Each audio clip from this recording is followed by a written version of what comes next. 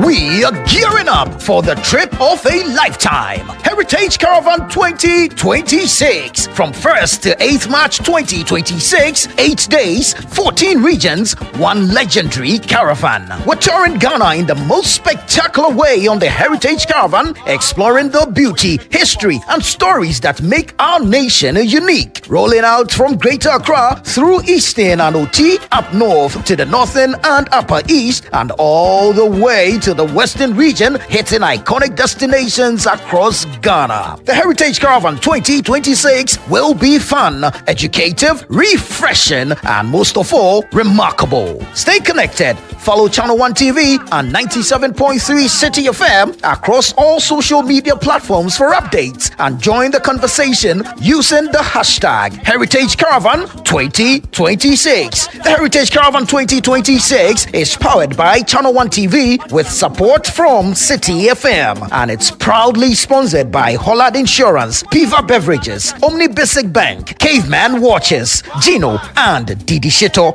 and it's supported by Nanes Rice. Heritage Caravan 2026, experience Ghana like never before.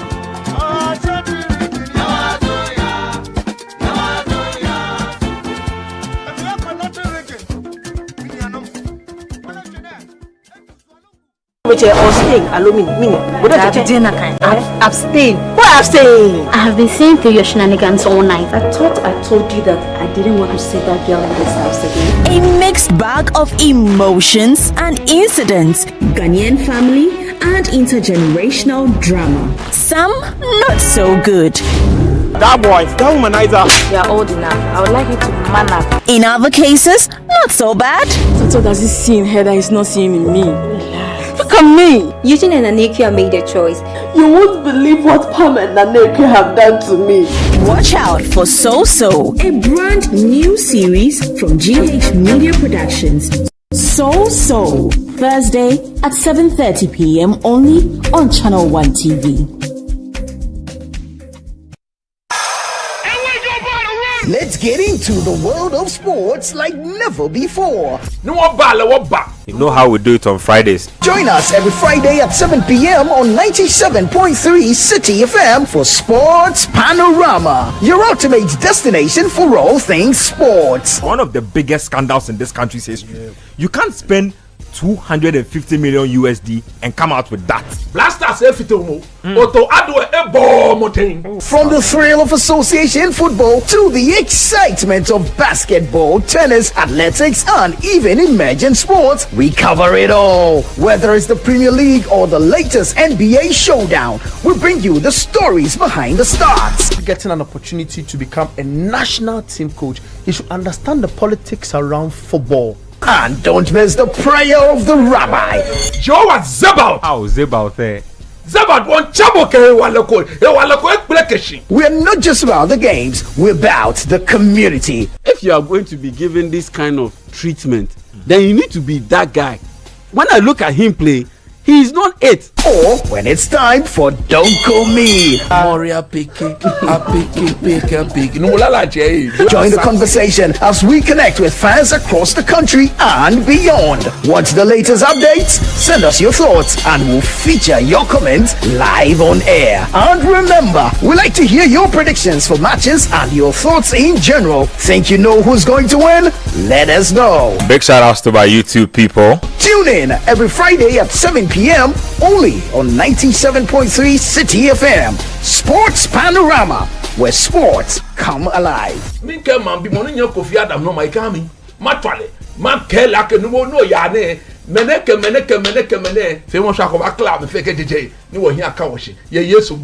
Amen. Sports Panorama, your weekly sports fix. Don't miss out on the action. Sports Panorama. Catch the excitement every Friday.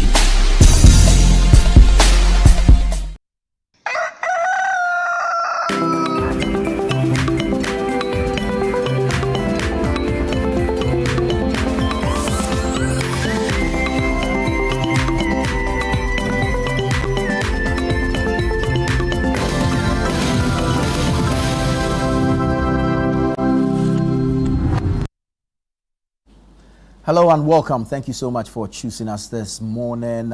The show is Breakfast Daily. The channel is Channel One TV. The segment we're going into is the news review segment. It is interactive. We'd like to hear from you. Send us your thoughts, your comments, and contributions. The WhatsApp number is on your screens. You can join us on our socials. We're streaming live on Facebook and on YouTube.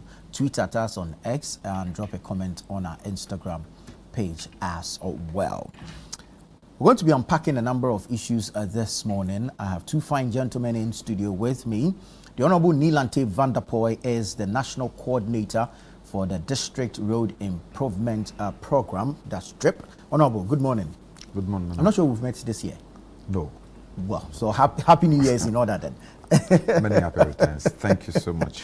And the Honorable Fuseni Issa is also here, a former Member of Parliament for Okaikwe North. Honorable, good morning to you too. Good morning, Nana. It's good to see you. Good morning to your viewers and good morning to my senior Honorable. Very well. So we're in court yesterday. The Supreme Court quashed the ruling of the Tamale High Court.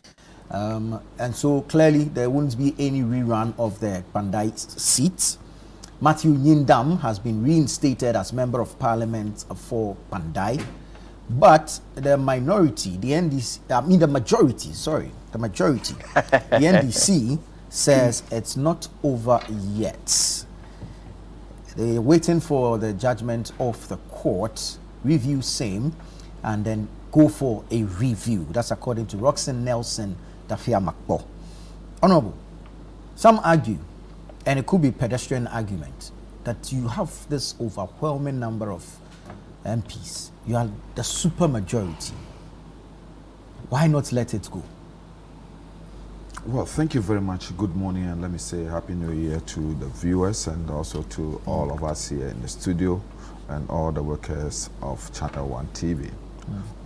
It was great last year. I hope this year will be better. Amen. And I hope we shall be able to inspire young ones to listen to us, because on this network, quite decent discussions, full of depth and also very objective. I'm grateful to be part, and let me say I hope this year will be better. First, let me say, when it comes to issues about parliamentary elections, most of the time it's dependent on the parliamentary candidate. If at the end of the elections and results are announced, it is the parliamentary candidate who decides whether he has accepted or not. And when it becomes necessary for him to challenge the decision of the Electoral Commission as far as that particular constituency is concerned, he reserves the right. It is not like the presidential elections when it takes a whole party. So in this case, the gentleman, the former Member of Parliament, has been very, very sure and confident about overturning the decision that was announced by the Electoral Commission.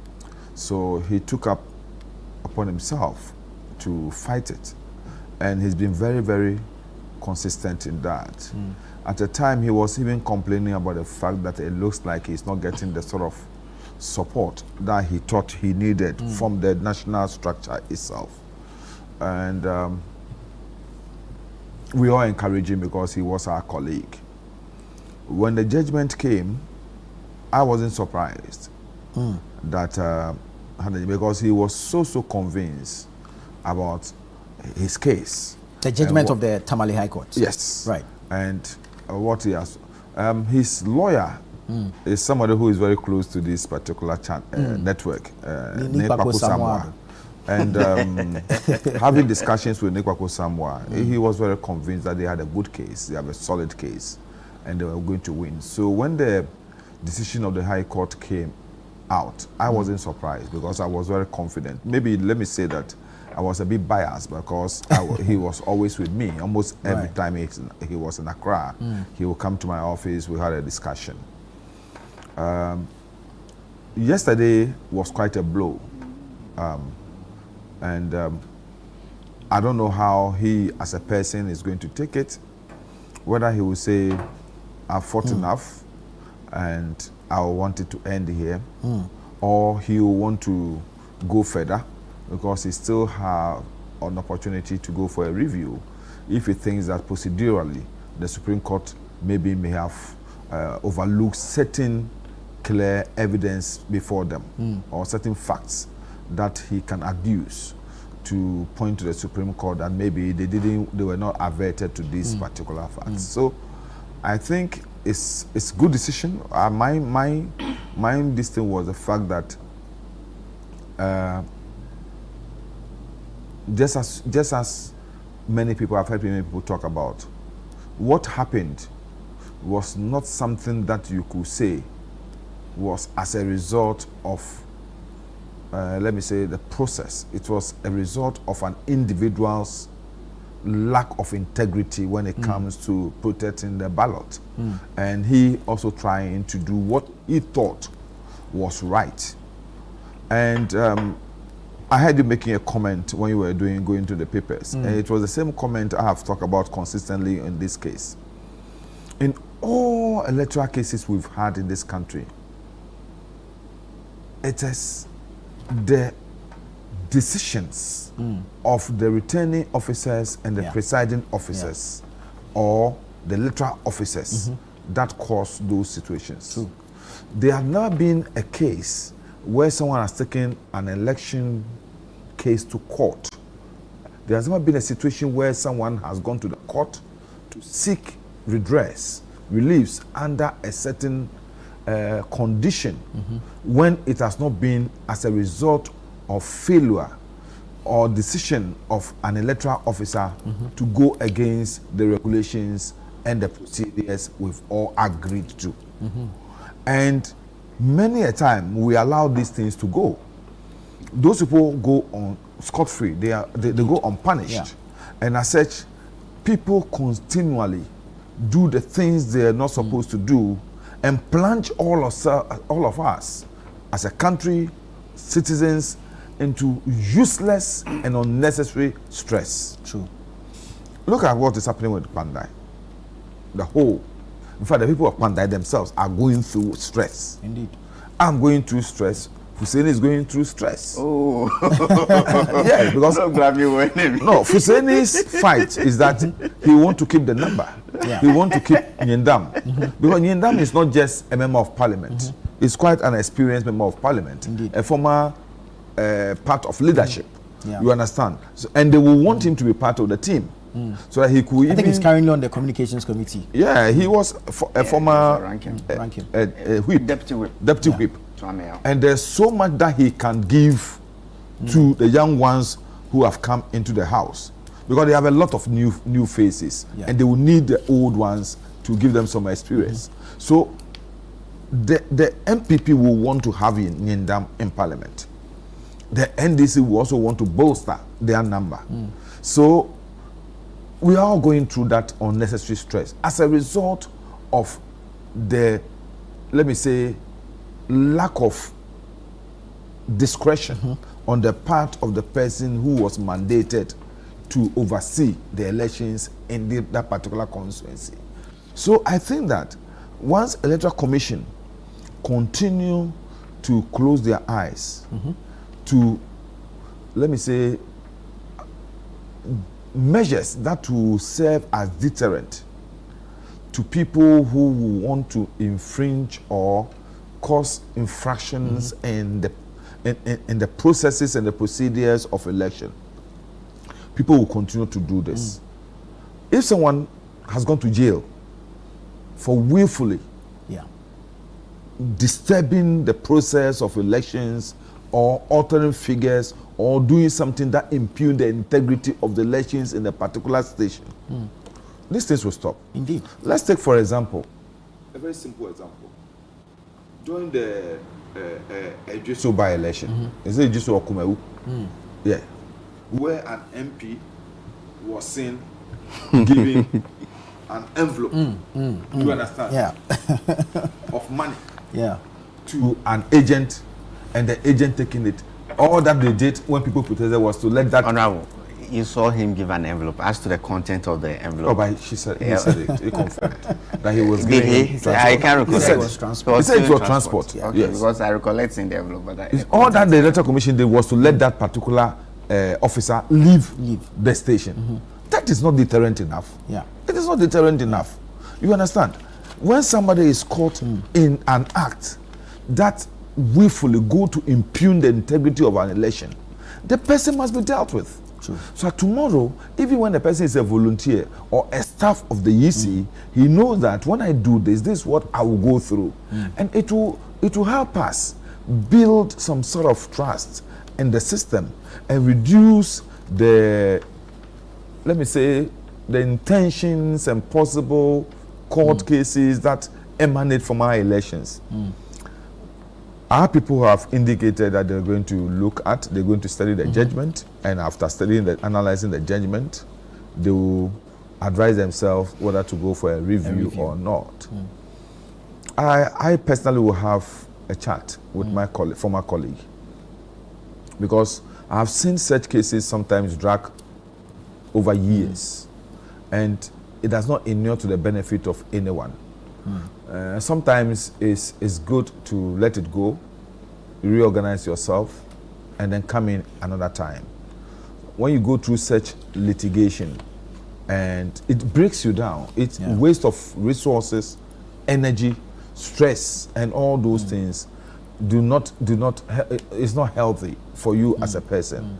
So I think, left to me alone, I will tell my people that if they know that we don't have a good case for a review, we should let it go. We should let it go. I'm sure it's a young man. The next election, people will be sympathetic. Will know that, yes, he wasn't treated fairly, and we'll all work together to make sure his desire of coming back to Parliament is achieved. Like Nyindam, he lost. Went, prepared, and came back. So falling is not the end of your life. Sometimes it's better to go back, reflect, sit down, reorganize, and then come in again. We've all lost elections before, one time or the other in our lives. But when it was time for us to also win, we won. And I think that this is something, so that all of us as a people will avoid the unnecessary stress we are going through. When the issue of the by-election came up, for example, he was going around all over the place, you understand, looking for support to be able to, because he spent a lot of money fighting this case over a year. So it's not an easy thing to go through, and sometimes you don't even, I don't know what psychologically he goes through, the young man. I don't know what psychology, but when you're talking to him, you could see that the thing is having effect on him. So I will urge them, if they think that there was enough, let me say, facts, evidence for them to be able to ask the Supreme Court to review their decision, then fine. But other than that, I think it will be a fruitless exercise, because at the end of it all, it's not easy for a Supreme Court to review its own decision. You must have quite a very, very convincing, strong argument to be able to get the Supreme Court to review a decision. And especially a 4-1 majority. Yes, the process is a bit laborious, and it's not easy. It's not something that we can really go through that easy. But we have a new Supreme Court, and I think that a new Chief Justice, and a new Supreme Court per se. Let me say, we have new faces. Right. You understand? And I think the integrity of this particular Supreme Court is quite assuring. And as such, I have no doubt in my mind that looking at what has come, looking at the fact that the decision was quite huge. It wasn't unanimous, but 4-1 is quite a huge number. Yeah. And I will want to have the opportunity to see the judgment, and I want to even have the opportunity of seeing the dissenting view. You understand? Sometimes that is not easy to have, but then that is the most important. When you are a law student, they will tell you that the dissenting view is most important. It helps. So I want to have opportunity to see what informed the decision of Justice Gabriel Poorman to dissent in the judgment. That will help our people. And that will help them to be able to analyze critically the other side of because the judgment, the four judges, justices who gave that decision, the majority decision, their case will be clear. So they should look at it, and this is going to take a lot of time. So I'm very sure. I'm very sure that sometimes what the legal team may have missed will be in the dissenting view. Yes, yes. So what I'm saying that is important for them, and it's not something. It's not easy to get it. It will take a lot of time, and I think that the party, the presidency, will have to see how they can get our brother together, talk to him, and see what he can be offered. You compensate him with an appointment. Yes, I believe so. I believe so. I believe seriously, so that all these stress will be done with, because all of us are going to be stressed. If assuming he goes to court again, everybody, the lawyers, the party, me, and all of us will be there again. The minority will also be there. They will be going to parliament, leave their work in parliament, and be going to support Nyindam. And so all of us are going to be stressed. And I think it's also total waste of resources. And I think when we have gone through with the recommendations of the constitutional review, all these issues about by-elections will be resolved in a matter I think will help us. Honorable Sir, for you, an expected outcome, but for watchers of the space, the position of the minority as against the judiciary in recent times. Yesterday, I heard Roxanne Nelson Dafiamapo say that you describe the courts as a kangaroo court, but when the ruling comes in your favor, you jubilate. Good morning to you again. Good morning to my senior man. And a good morning to your viewers. You appreciate this whole process when you have personally gone through this whole process, like myself and my senior have. Elections themselves are not easy things to deal with. I recollect that. In fact, I had to go back to conversations I've been having with Matthew Nyindam since December when this ruling came from Tamale. Whilst this whole court processes was happening, he was also preparing to go for a rerun just in case. Just in case the court. I mean, it's normal. I mean, you appreciate these things when you are in there. But for an astute MP like Matthew, he's certainly a very big addition to our caucus in Parliament, and so we're not going to let it go. But you see, consistently, as a people, in the democracy that we are nurturing, we are beginning to accept the fact that elections are won or lost at the polling stations and not in the courts. And I think that for all of us, it should be what is what it should be our watchwords.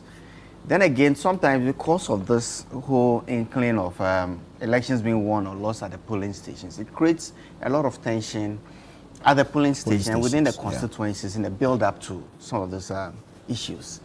It's heartwarming to know that unless we still have a legal system or a judiciary that we can revert to when there is this disagreement, and it's not going to be who is stronger, who is more mature, or who is. I mean, it's all good to know that at least we have somebody in the middle. But you see, it's also quite instructive when my senior refers to the Supreme Court as a new Supreme Court. It's very instructive for me.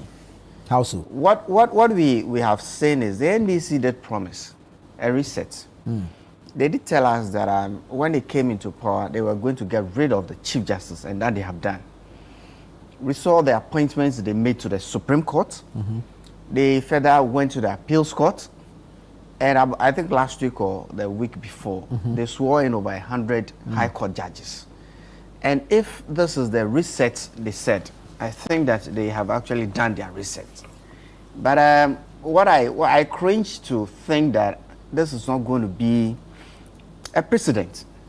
such that we sit here and think that when a government comes into power, some of the things they need to do is to get rid of the heads of other arms of government and do a reset like they have done. We have seen governments come and go. We saw Kufuor take over from Rawlings. We didn't see such overhauling of the judiciary. There's been an overhaul of the judiciary. Not to this extent. To this extent, it has never happened. Why? To this extent, it has never happened. If qualified judges... Yesterday, after the ruling and the media interaction by both legal teams, I chanced upon a video of some supporters of the NDC from Pandai. And their point is that, but how can this decision go against us when we are in government? It is not supposed to go against us. That's their inkling. But you being in government doesn't mean you run the judiciary. I don't blame them. And the reason I don't blame them is that hitherto, under the government of the New Patriotic Party, the Supreme Court or the judicial system was labeled as unanimous FC. So there is this thinking that when your government is in, or when your party is in government. But we didn't say that. Your national security minister said it. There's that inclination, that's thinking that when your party is in power, you are not supposed to lose a case in court. And that is a very dangerous thing to do. But that's a in fact, very I'm saying that the gentleman who expressed those views on the screen now, you see, it is a very dangerous thing to think. Indeed.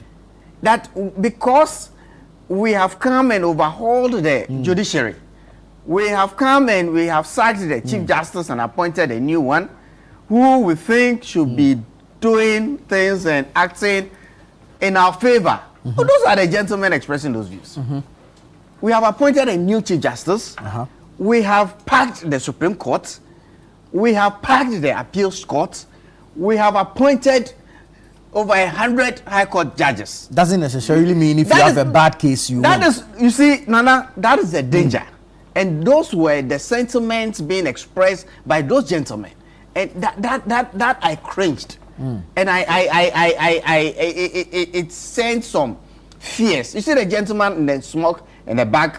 I mean, the video is all over social media. And that is a very dangerous thing to think. But your government made appointments to the Supreme Court. Of course. You make appointments as and when there's a vacancy, you make those appointments. In fact, you appointed. As and when a Supreme Court appointed judge, as and when the Chief Justice retires, you appoint a new one. But in the manner in which the NDC is done this, me personally, I still feel scandalized. I've just seen an article in this newspaper on the what happened to the removal of CJ Tokono. I've just seen the article and I'm very interested because it so baffles me how a party can promise in opposition that when we come into power we are going to get rid of a Chief Justice and they come and they execute Saxon's promise. Oh, but it was very petitions were brought against her.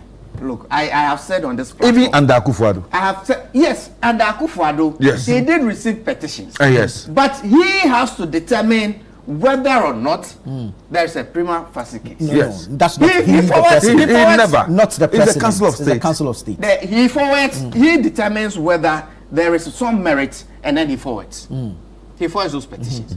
But he thought that look, the matters that were brought before him had no merit because in the Supreme Court at that time, the Chief Justice of that time was superintendent over a unanimous FC. The cases that went to the Council of State, expenses, reimbursement of expenses, realignment of human transfers within the judiciary, and you think that those two issues, for me personally, and I've said it. What is the qualification? Per the dictates of the law, if it amounts to stated misconduct. Yes. You see, stated misconduct. There's always that that window. Maybe say it's too that wide. window. That can be. Look, I said it on another platform that look, if the heads of the other arms of government are put to the same litmus test, we will not have a president. We will not have a speaker of parliament. No, but he knows it. We've been in parliament. No, but the chief justice. When you're an MP, when you talk about expenses reimbursement, when a member of parliament is traveling, you don't sit down to work out your expenses. You go to the officer, or the officer in charge comes to you. You're going, this is your per diem, this is your flight, and hands over to you. If you go and come back and you have to go do reimbursement, you finish with the officer. You don't even know the details. That's the extent to which MPs operate. And it is not different for the speaker. This is the head it is not. Look, the government has a system in place. What pertains expenses in parliament, what pertains in the executive, what pertains in the judiciary service is different. It's different. How different? How different? How different? When the chief justice is traveling, there's an officer in charge of all those calculations. There is an expending officer. And for someone who interprets our constitution. Oh, Nana Jaideokan. I'm saying that. Look, if we put the head of our legislature, if we put the executive to the same litmus test, we will have problem in this. No, because we don't have the same conditions. The conditions are not same, are they? Oh, Masa. Yes. Similar maybe, but not necessarily the same. You know, I mean, he knows what I'm talking about. What we are saying, but you see, he knows what I'm talking about. That the reason why the conditions for the chief justice is so high is because that person is supposed to be insulated. Transfers within the judiciary. We have not heard that before. We have not heard that before. You see, at the time that it was this case was running, I recollect coming on this platform, and there was a similar thing happening in COCOBOD. There was a similar thing happening in COCOBOD. But if you are where the Dr. Randy Abbey found it necessary when he took over COCOBOD to realign stuff, and it is like it. It is like it. If he thinks that this is going to make the entity more efficient, why not? But it shouldn't appear to be a weapon. Oh, please come on, go to Parliament and see. Go to Parliament and look at. Ask a question for you. Let me ask only one. Check the hierarchy in Parliament. The parliamentary service staff. Yes. Go and check what is happening there. I agree with you. People have issues, and if this is enough for us to remove for one head of an arm of government to find it necessary to remove, people say, he did it. The president removed. He signed the ultimate letter to remove the chief. But he was bound by the constitution. Yes. Oh, come on. And I have explained to you that when the petitions came, you want the president to engage in an unconstitutionality. Oh, I have not said so. Yeah, I have not said so. By the constitution. I have not said so. But what I'm saying is that a precedent has been set. Any precedent that comes into office, let me ask I pray we don't go down that route. Because any president that comes to office will have pressure from their rank and file to do what the NDC did. And me, when I speak about this, I get a bit emotional because I think that it has set our democracy back for over 20 years. That is how I feel about this thing. Let me give you. It has set our democracy back for the head of an arm of government to be able to remove the other. So the gentlemen who were at the court yesterday, their expectation is that because our party is in power, we are not supposed to lose a case in court. Your party is in power, but the CJ is not your party member. Unfortunately, that is what so that's the misconception. But that is the signal we have sent to the people. That's the misconception. That is the signal we have sent to the people of this country. Pedestrians like this. You see, they are pedestrians. They are Ghanaians who are entitled to their views. They are the people who participate in the millions of Ghanaians. Hold on. This ruling should actually remedy that thought. Yes, remedies this thought. But when you go further, one of them is saying, I saw a video on TikTok. Did you transcribe what he said? Oh no, they spoke English, and I heard one of them went to say that NDC does not even exist in Panda again because he cannot phantom they should be in power, their party should be in power, and lose a case. Then it's good for you. They should defect to the MPP. Oh, it is. I don't think that. I don't think that it's. I am very emotional when it comes to this thing, and I think that we have set our democracy back many years. In all these discussions, nowhere in the Constitution of Ghana has it been stated that when somebody has to be a member of parliament, he has to be of a high moral standard. Yeah. Not even the executive. Not even the executive. But with the Chief Justice, there is that particular qualification. True. That sets the Chief Justice position apart from all these others. Yeah. So when you are sent to that position, a certain standard of life is expected of you. You have no, let me say, like the Bible said, it may seem right to everybody, but not to you. Exactly. You understand? There are certain things that a member of the executive could do that you, the head of the bar, cannot do. You understand? The head of the bench cannot do. The head of the judiciary cannot do. So when you want to compare all the arms of government and said if these things that exist under the executive, if we should just gloss over, then with the Chief Justice we should also gloss over. No, because at the end of it all, the Chief Justice is the one who will sit and judge someone else when the person goes against those same standards that have been set for his position. So we should always look at it that these things are there to protect the integrity, the image, the dignity of anyone who occupies the position of Chief Justice. So that tomorrow, anyone who ascends to that position knows that, hey, with this position, if I even should touch this, I will be held liable. True. Something that a member of the executive could do and go away with it. Something that a member of the legislature could do and go away with it. I cannot do. Indeed. Because of the let me call it, let me use the religious word, sanctimonious nature. True. Of the office I'm holding. Yeah. So you see, when we are talking about these things, I'm saying that you may not like it, but it is good for all of us. Because what is going to help at the moment is that we're now going to have judges. Because before this, let's understand something. There has been something that has come out through Anas, Arimea Anas, where a lot of judges, you see, were found in situations. Some of them were very, very simple situations, like accepting gifts, which was seen to be, let me say, immoral when it comes to a position they are holding.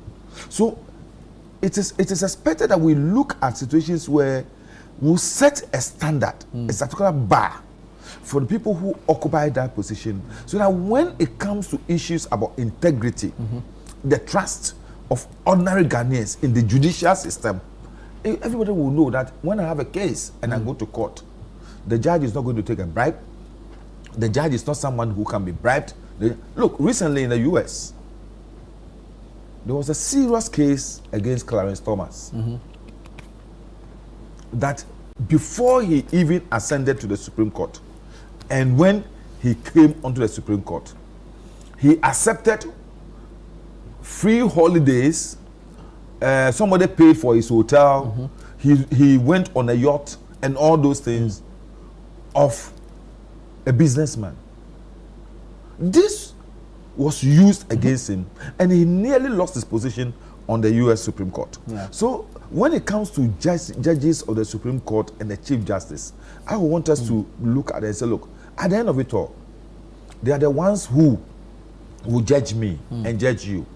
So if they themselves are not of a particular level of expected standard, how would they be able to judge me?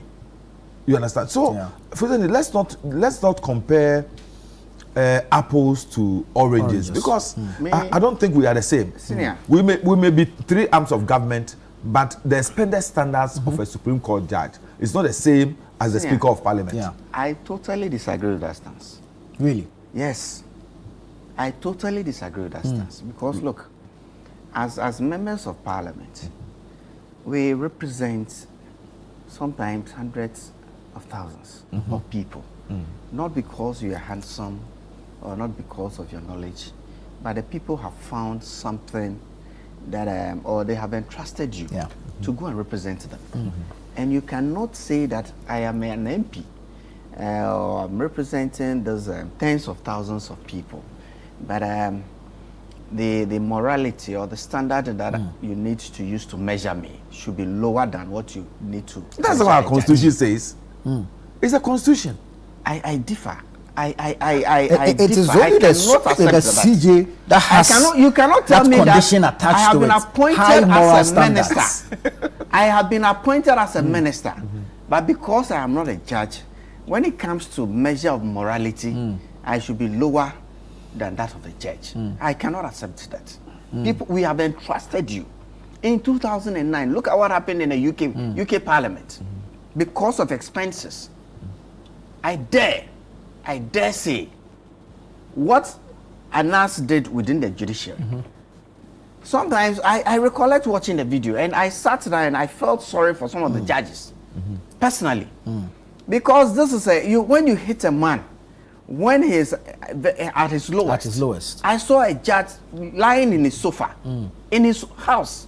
Somebody walks in and wants to discuss some case and says, oh, Meja Ponchimbi Ewa Abontain. The judge is not supposed to, one, discuss the matter like that, take the good. But in the state in which he was caught, I felt sorry for him. I felt sorry that he had been exposed, and I felt sorry that those acts are happening in our judiciary. So similarly, I don't expect a member of parliament to be doing that. Indeed. How? Similarly, I don't. And I don't expect you never got a gift. Minister. You never got a gift as a member of parliament.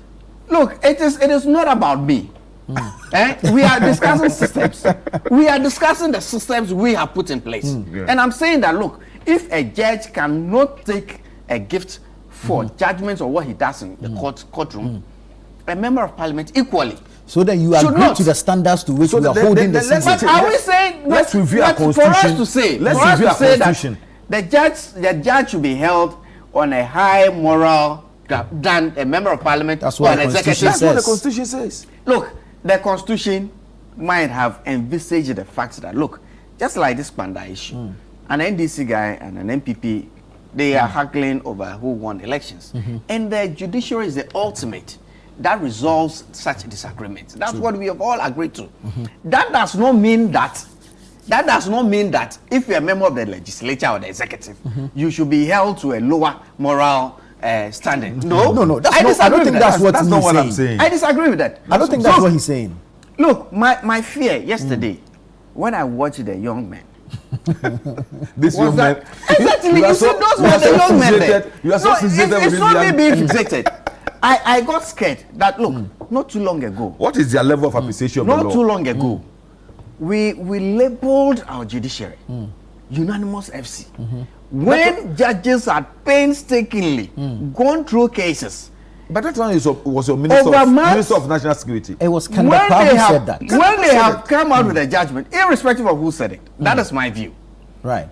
When they are painstakingly, with all the experience, with all their knowledge, with all that they can gather, have been able to go through cases, we found it convenient to be labeling them unanimous FC and all of that. And based on that, did you hear the description of the minority leader for those were the basis on which the NDC they tell Ghanaians that when we come, we are going to reset the system. And true to their word, they have done that. I cringe because my fear is that shouldn't be a precedent. But anybody who ascends to the presidency in this country, trust me, will have pressure from their rank and file. And he knows, and I know, that look, when it comes to those petitions and all of that, is why I'm saying that if you subject the head of the executive, if you subject the head of the legislature to the same litmus test, they will not survive.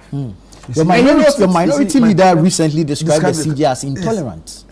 You see, describing somebody as intolerant, it is his view on maybe something that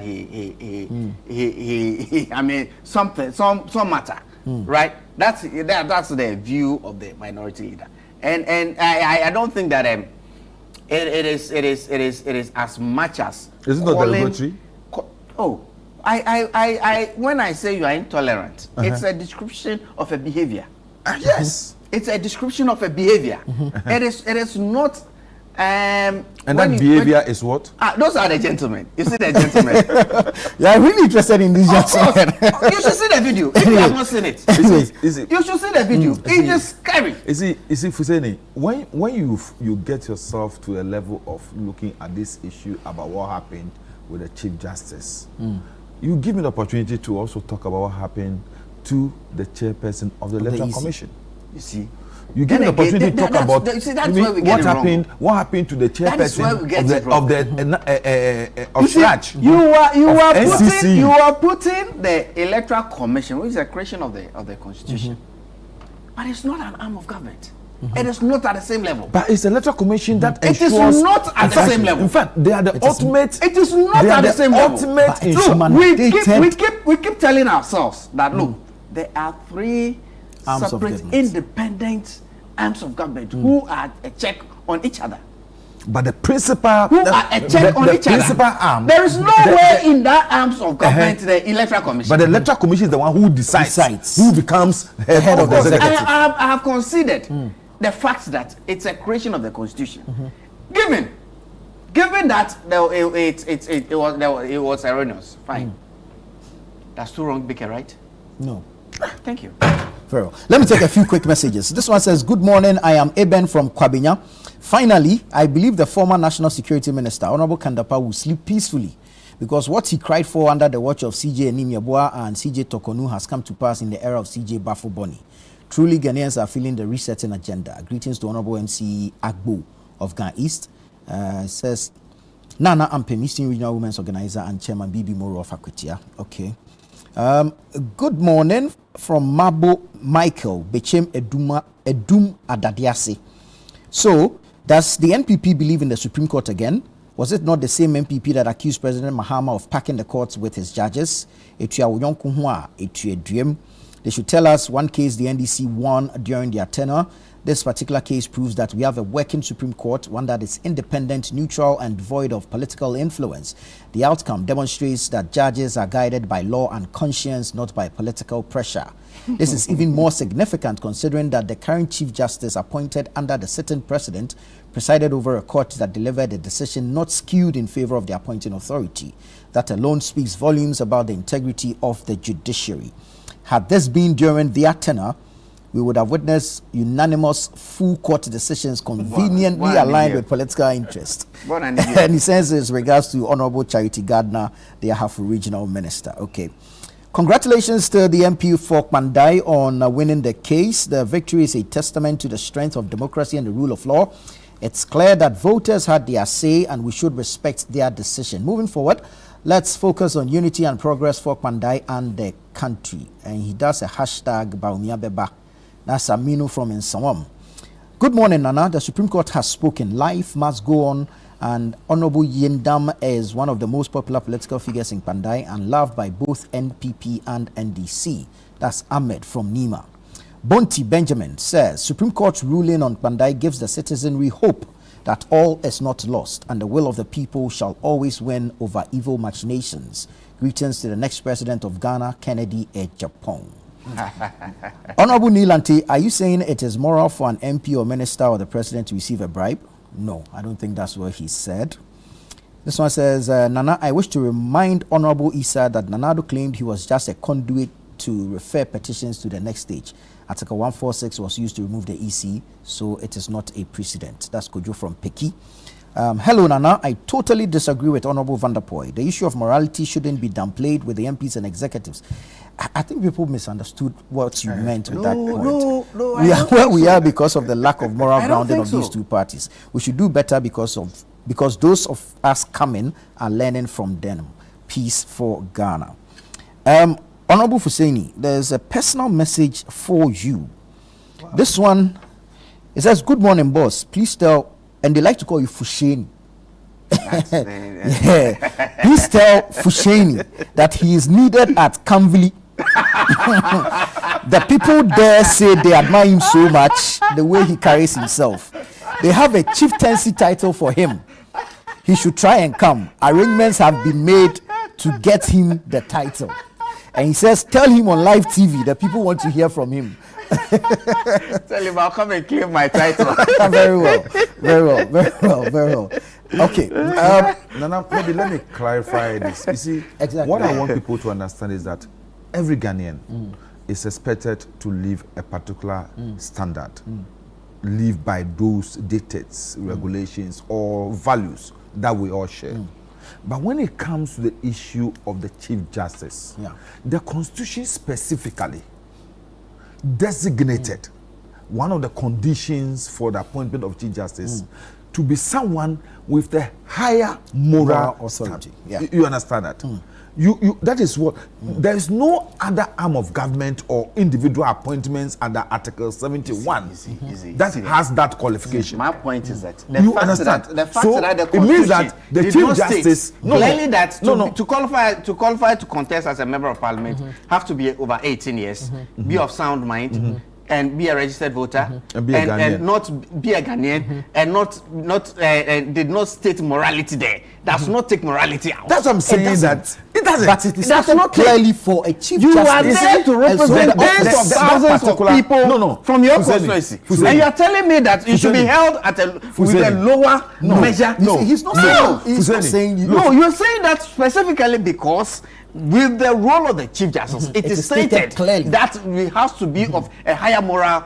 Higher moral. What is saying that it is built on a sanctimonious, position that the person is occupying. I beg to differ. For example, let me give you for example. High Court judge, even appeals court judge. There is that you don't have that qualification. That thing is not mentioned there. On the appointment. But when it comes to the Supreme Court, even the president, you don't have that mention. What it means is that anybody who is going to ascend to the position should be somebody who will live above everybody else. You know what gladdens my heart? Give me a few seconds. Agrees with me that if the head of the legislature, if the head of the executive is put to the same litmus test, we have a problem in this country. We don't have a problem. Granted. But I think the point came up because you raised the issues in the petition which you feel do not warrant the removal. Yes. And that's why he's saying that. I keep saying that. Office of a CJ. Somebody said, the president said he was a conduit. But you see, before the president conveyor belt. Similarly, and the dying embers of the government of Nana Addo Dankwa, he received petition Tokono. He didn't find any merit. He didn't find it meritorious to forward to the council. So he summarily dismissed it. So if President John Dramani Mahama had not seen any merit in this, so before he forwarded to the Council of State, he would have seen. But me and you sitting here, we have divergent opinions on one issue. Certainly. So what are you saying? Certainly, you don't expect the federal president so that is why I'm standing by my bit that we are all expected to be of higher moral. The fact that the Constitution does not require does not mean. So if John Dramani Mahama, president, found it necessary to forward this and complete the process and sign a letter of dismissal as mandated by law of the Chief Justice, as demanded of him by the Constitution, he signed a letter dismissing the Chief Justice of the Republic of Ghana on the recommendation of the Chief Justice. A letter dismissing, and so President John Dramani Mahama dismissed the Chief Justice of the Republic. This is fallacious. He dismissed the Chief Justice. Attribute it to him as an individual?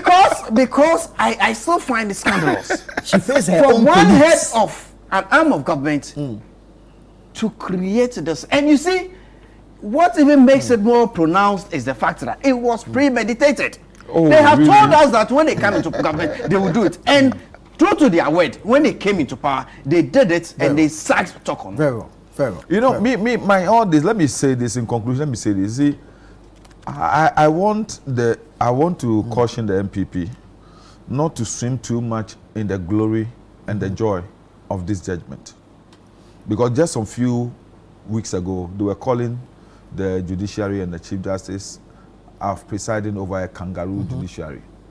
Tomorrow, when there is a judgment that comes from the Supreme Court and it's not in their favor, they should not use words that impugn the integrity of the judiciary.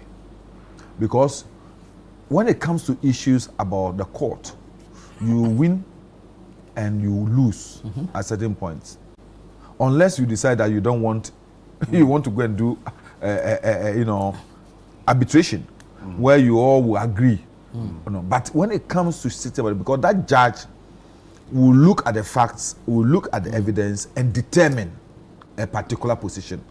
So if today the Supreme Court has determined in your favor, and you are swimming in that joy, let me say this. Tomorrow, don't laugh over what will come. You see, let me also say this, that look, we all have agreed to the governance system that we want in this country. We all have actually agreed that every 4 years we're going to go to the polls and vote for a president. We are going to vote for members of parliament to form the legislature. We've agreed to how the judiciary should go on. But you see, we know that within this system, the judiciary should be held in some level that will arbitrate when there are disagreements anywhere. And so it is a last institution that we can rely on, and so we should hold it in very high esteem. True. But when I as a Ghanaian feel that the whole institution of the judiciary has been bastardized to the extent that I'm looking at appointments that has happened in the judiciary over the last year or so, it gives me grounds. Why don't you go back to the be able? I will never to the Supreme Court. I'll never call Supreme Court. I'll never doubt the. It's not in my when character. People who had won party it's not in my character. People who have won party to be able to even call 4 years before that appointment. But there was a general secretary of the PNC who was called to the Supreme Court, right? Yeah, he was a general secretary of the PNC. Yes, he was a politician. But we're talking about a parliamentary candidate. But the new a general secretary of a party. 4 years, he was a parliamentary candidate. And then 4 years. And I'm saying this is not politician. You see, so it's a cycle. It's not a cycle. What you do to yourself. Jawu became a Supreme Court judge last year? just 4 years after election. What happened last year? The removal of Tokonu is a huge dent in our democratic. But you think the appointment of Jawu and was a dent? My fear is that it should not continue. Unfortunately, whoever ascends to the presidency will have pressure from the ranks and file of their parties to follow the same trend. No, and seriously speaking, if you look at the number of appointments, that's why I'm saying that my fear is that it shouldn't happen. So can it end somewhere? Where do we draw the line? That is not for me. I can't see into the future. I can only see what is happening now. But you can advise. If I am in a position to do, I will. Because everybody has been consistent since 1992. For the first time, we thought that the government comes into power. We want to reset this country. The most dangerous thing is that it was premeditated. That's what we are saying. You see, we want to reset this country. Then they have told us. We want to reset this country. When they reset, that's the reason why we. And so they have reset the judiciary. If we're going to go, and so the people, their members believe in the reset. If we are going to go by the standards, and because their members believe in the reset, they think that how can my party be in government and lose a case in court? No, what happened is to indicate to them that we are resetting this country. I think that you should get to those videos. Those people will have to be educated that we are resetting the country, so they should not expect that when we are in government, that's how we have made them feel. That is how we have made them feel. When your party is in government, you should not lose a case in the court. And it's dangerous. If we say we are going to do a quarter of what Nanado did as president. Nanado did not do anything. Look, Nanado even appointed MPP personnel, electoral commission board members. Nothing compared to removal of the Chief Justice. Are you sure? Nothing. When he failed the Supreme Court with party parliamentary candidates. An arm of government removing the head of another arm of government. No. It shouldn't happen. President Mahama did not remove the Chief Justice.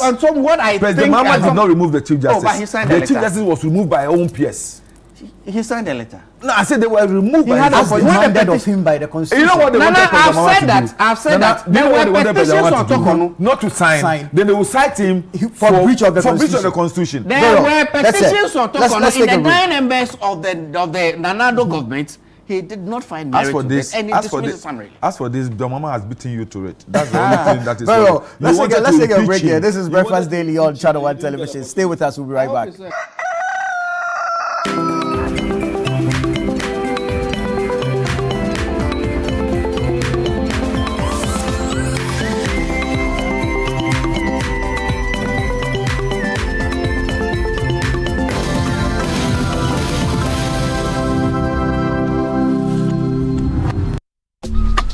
Life is a celebration of moments. Big and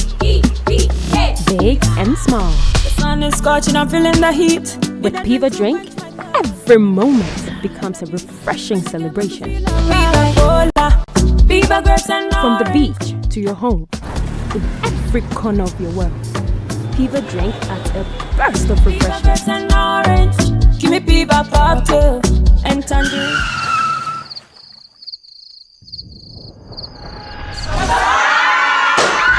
Celebrate every moment with Piva Drink. Refreshment for every occasion. Piva Drink, a taste you will love. P for Piva. This advert is FDA approved. Oh, another payment through Stanbic. Smooth as always. Imagine making or collecting all payments without leaving your chair. Sounds like magic, right? Nah, it's Stanbic Pay.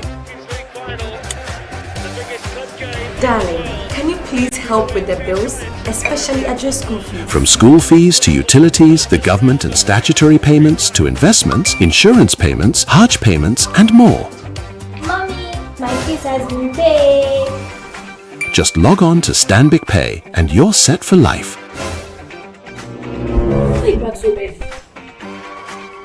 Please tell me everything has been paid. No Stanbic account, no queues, no stress, no last-minute panic. Cherish your time and live happier in safety and convenience. Visit stanbicbank.com.gh or call to get started.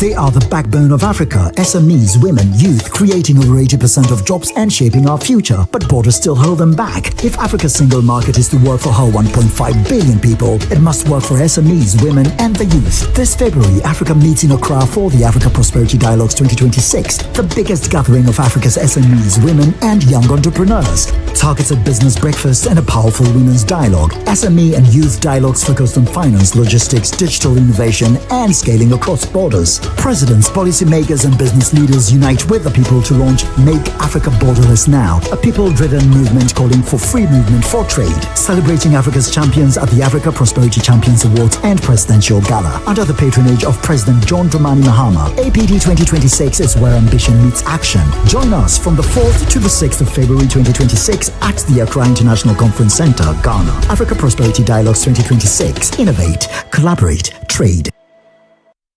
Hundreds of entries have poured in from communities all across the country, and the energy is off the charts. The quest to uncover the most deserving stories has kicked into high gear. Stay tuned for the thrilling reveal and the grand celebration of our esteemed 10 Channel 1 TV community legends. Only on Channel 1 TV.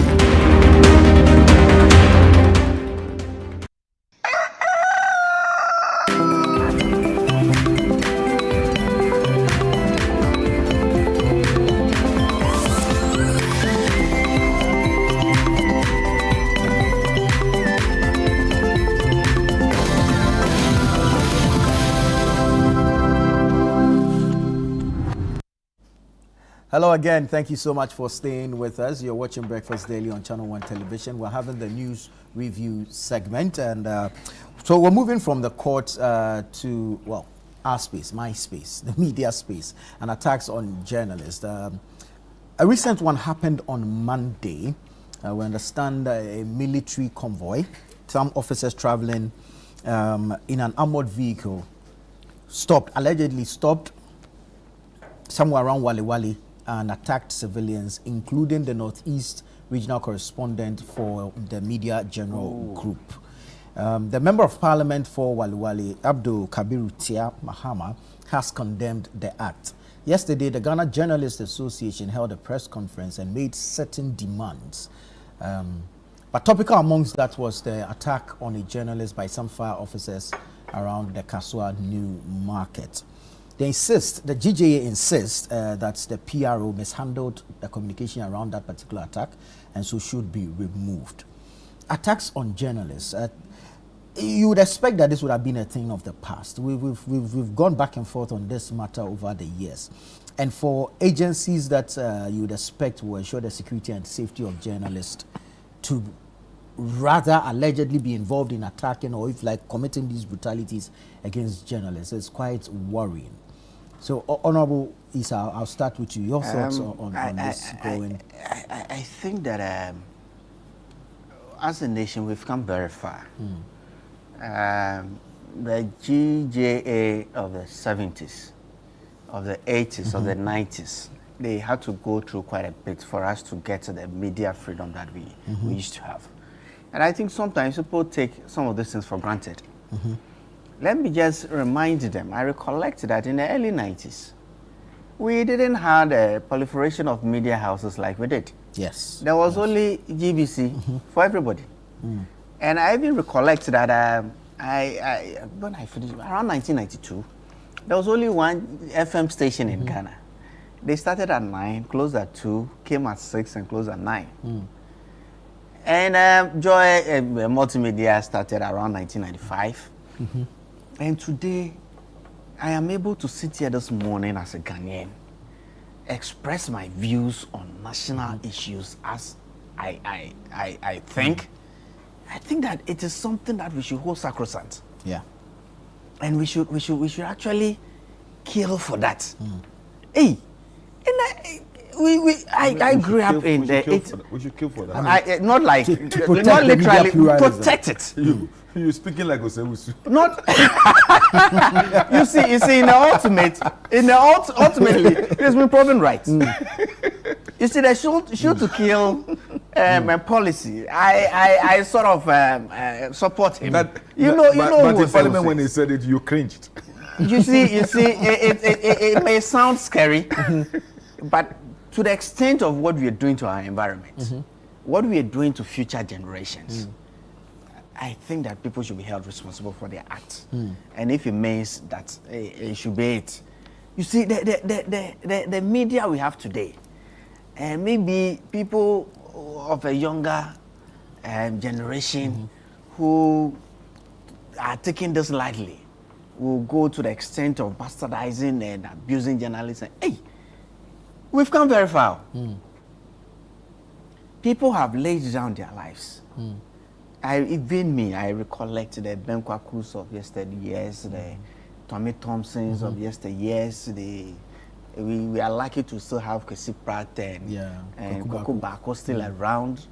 I mean, what they had gone through. You mentioned Tarzan. Of course, Kwaku Brobe, Radio I. And I recollect at the time the regulator, Tano, Major Tano or something, was it? And I mean, he having to find out where Radio I was operating from. We've come very far. I think that for somebody to be abusing a journalist just for the journalists doing their work, it's something that we should protect the media that we have, because it is not for nothing that the media is called the fourth realm of the estate. It is really, we are talking about three arms of government, but it's only the media who can hold this bull in check. Look, in 1992, a new patriotic party decided not to contest in the parliamentary elections. We stayed out. We used the media so effectively that by 96, getting in 2000, we could have the representation that won elections in 2000. The media is something that I hold sacrosanct. I think that when these matters come up, they should be investigated thoroughly. And anybody found culpable should be held responsible. I support Honorable T.S. action, and I hope that he takes it up in Parliament.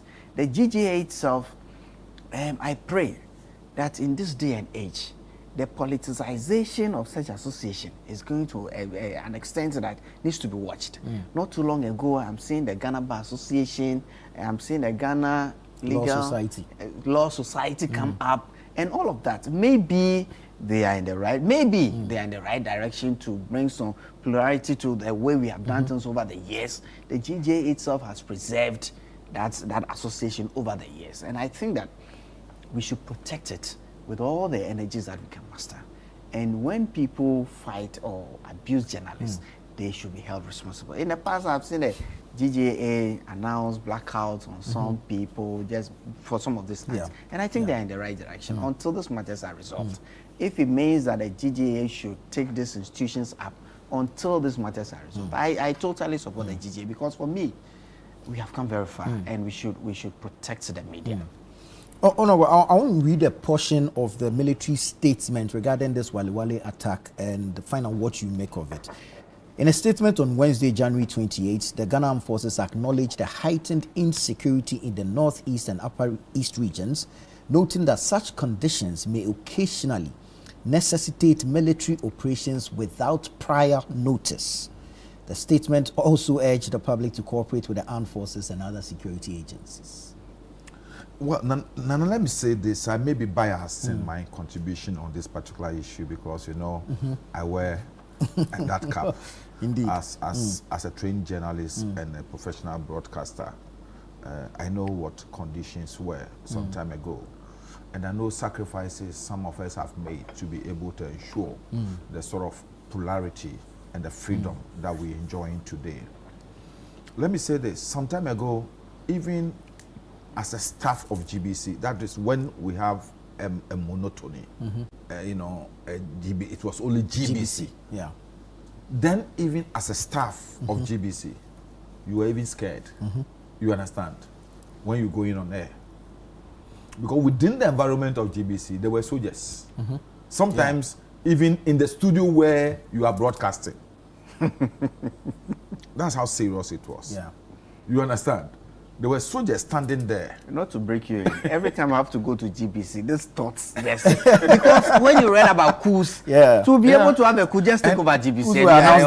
And you know, when you enter as a visitor, as soon as you enter GBC, the first thing you see are soldiers in a bunker with the sandbags, and the guns, their rifles. You understand? So that is a sort of system that existed. And as Fuseni said, with the contribution of many Ghanaians, many Ghanaians, today we are happy to have this environment where people could easily express their opinions, express their mind, and feel free and express themselves in whatever form. I agree that sometimes these freedom become a bit too, let me say, uncontrollable. People become irresponsible in their... And what we should also understand is that the irresponsibility of one journalist could plunge a whole state into chaos. Indeed. Yeah. We have examples in Nigeria, in Liberia, in Rwanda, in Burundi. These examples exist. Even recently, very recently, in the United States of America. So it is important that in as much as we exercise those freedoms, we must also be responsible in the way we exercise those freedoms. But I will never, under any circumstance, condone, support, talk for any act of indiscretion when it comes to reaction of anybody to an expression from any journalist. What I mean here is that a journalist may err, but use the lay down procedures to address that problem. Right. Under no circumstance should you violently, reprimand a journalist or attack him for expressing an opinion that you think wasn't right. Look, I will not even want to go to the violent one. Even yesterday. Yes, yesterday. I don't know how that lady. All right, are you really going to go there? No. You see, no. I'm just saying here. You see, sometimes if we are reacting to somebody for being abusing her discretion, in the way she presented. Do you have to be personal? No. Do you have to go to a private life? No. That is what I'm. So you see, it is two-edged sword. Yeah. Sometimes our reaction to abuse of press freedom sometimes also become abusive. Yeah.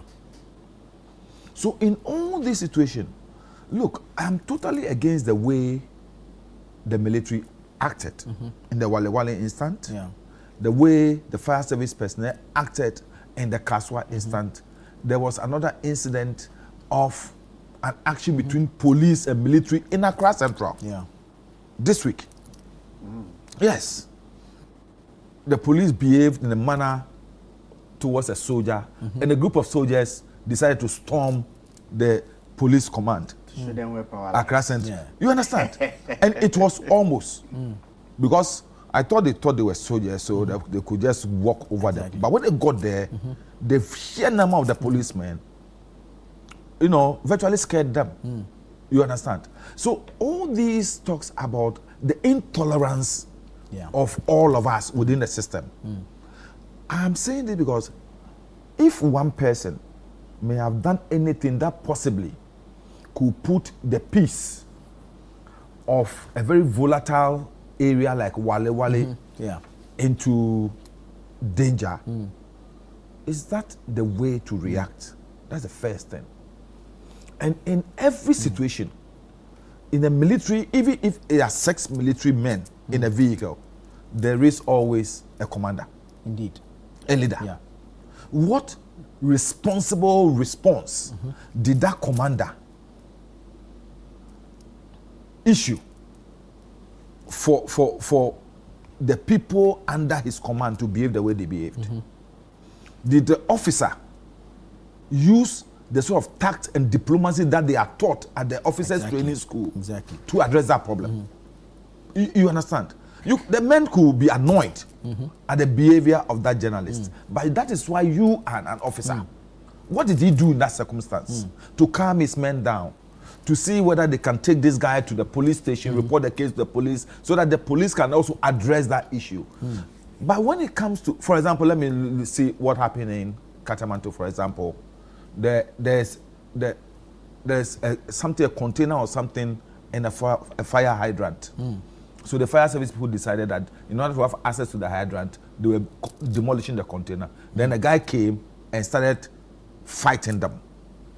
But their response was above board, hitting him with sticks and all those. So sometimes it's not just about what the person did, but our ability to exercise some tact, diplomacy in addressing. Clean and answer the sledgehammer. Yes, you know that is what that phrase. You know that is what happens in this environment because the level. I think you see, one of the things I believe we must look at until this ICE issue in the United States. Look, I've always admired the U.S. police and all those things, the way they handle, because sometimes the way they would even approach the issue, you wonder. That's why when I forgot this case, this popular black case that happened, the Black Lives Matter. Black Lives Matter happened. Everybody in America got surprised because it was not something that they see always. They are taught on how to react, even crowd control and all that. They are taught how to even talk to people.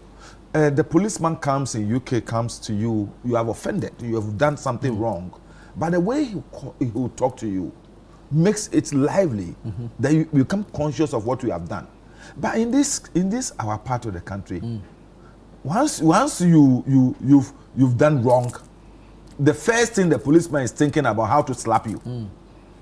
You understand? How to bring some sense into your senseless head. To reset your mind.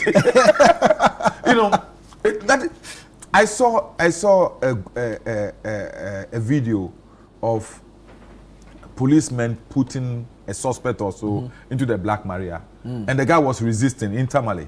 I said, hey, you want us to put some sense into your head? And they were whipping him. They are awakening. sometimes it's the way we react. That's what I'm saying. It's not only the security people. Yesterday, the way a manner you and I and everybody reacted to the, let me say, unwarranted reaction of the lady on air. It was not too bad. was just intolerable. Yeah. So I'm saying, as somebody who has lived through the various Fuseni, I'm not inviting you to this. I don't know why Nana is signaling me. Yes. I just want us to understand one thing here. Tolerance is one of the values that all of us must try to imbibe. You know, we sometimes we are too quick to react to things.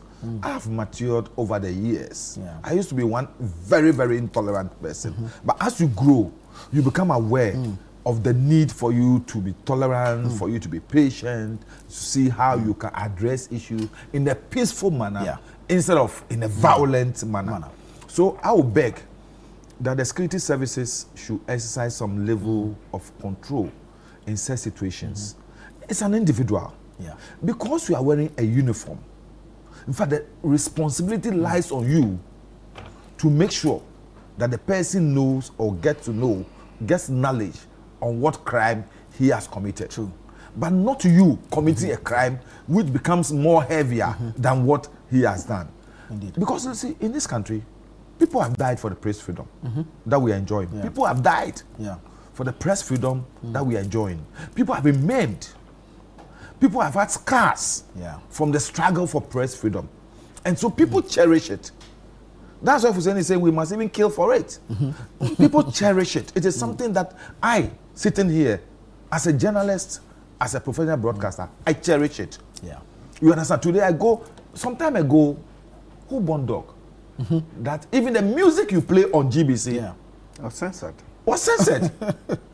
Look, certain words, you can't use certain words on GBC. I was doing commentary and I used the word stupid. Stupid. Just use the word stupid to describe a behavior of a footballer. Monday I got to work. I was summoned before a committee. Dressed up. Dressed up.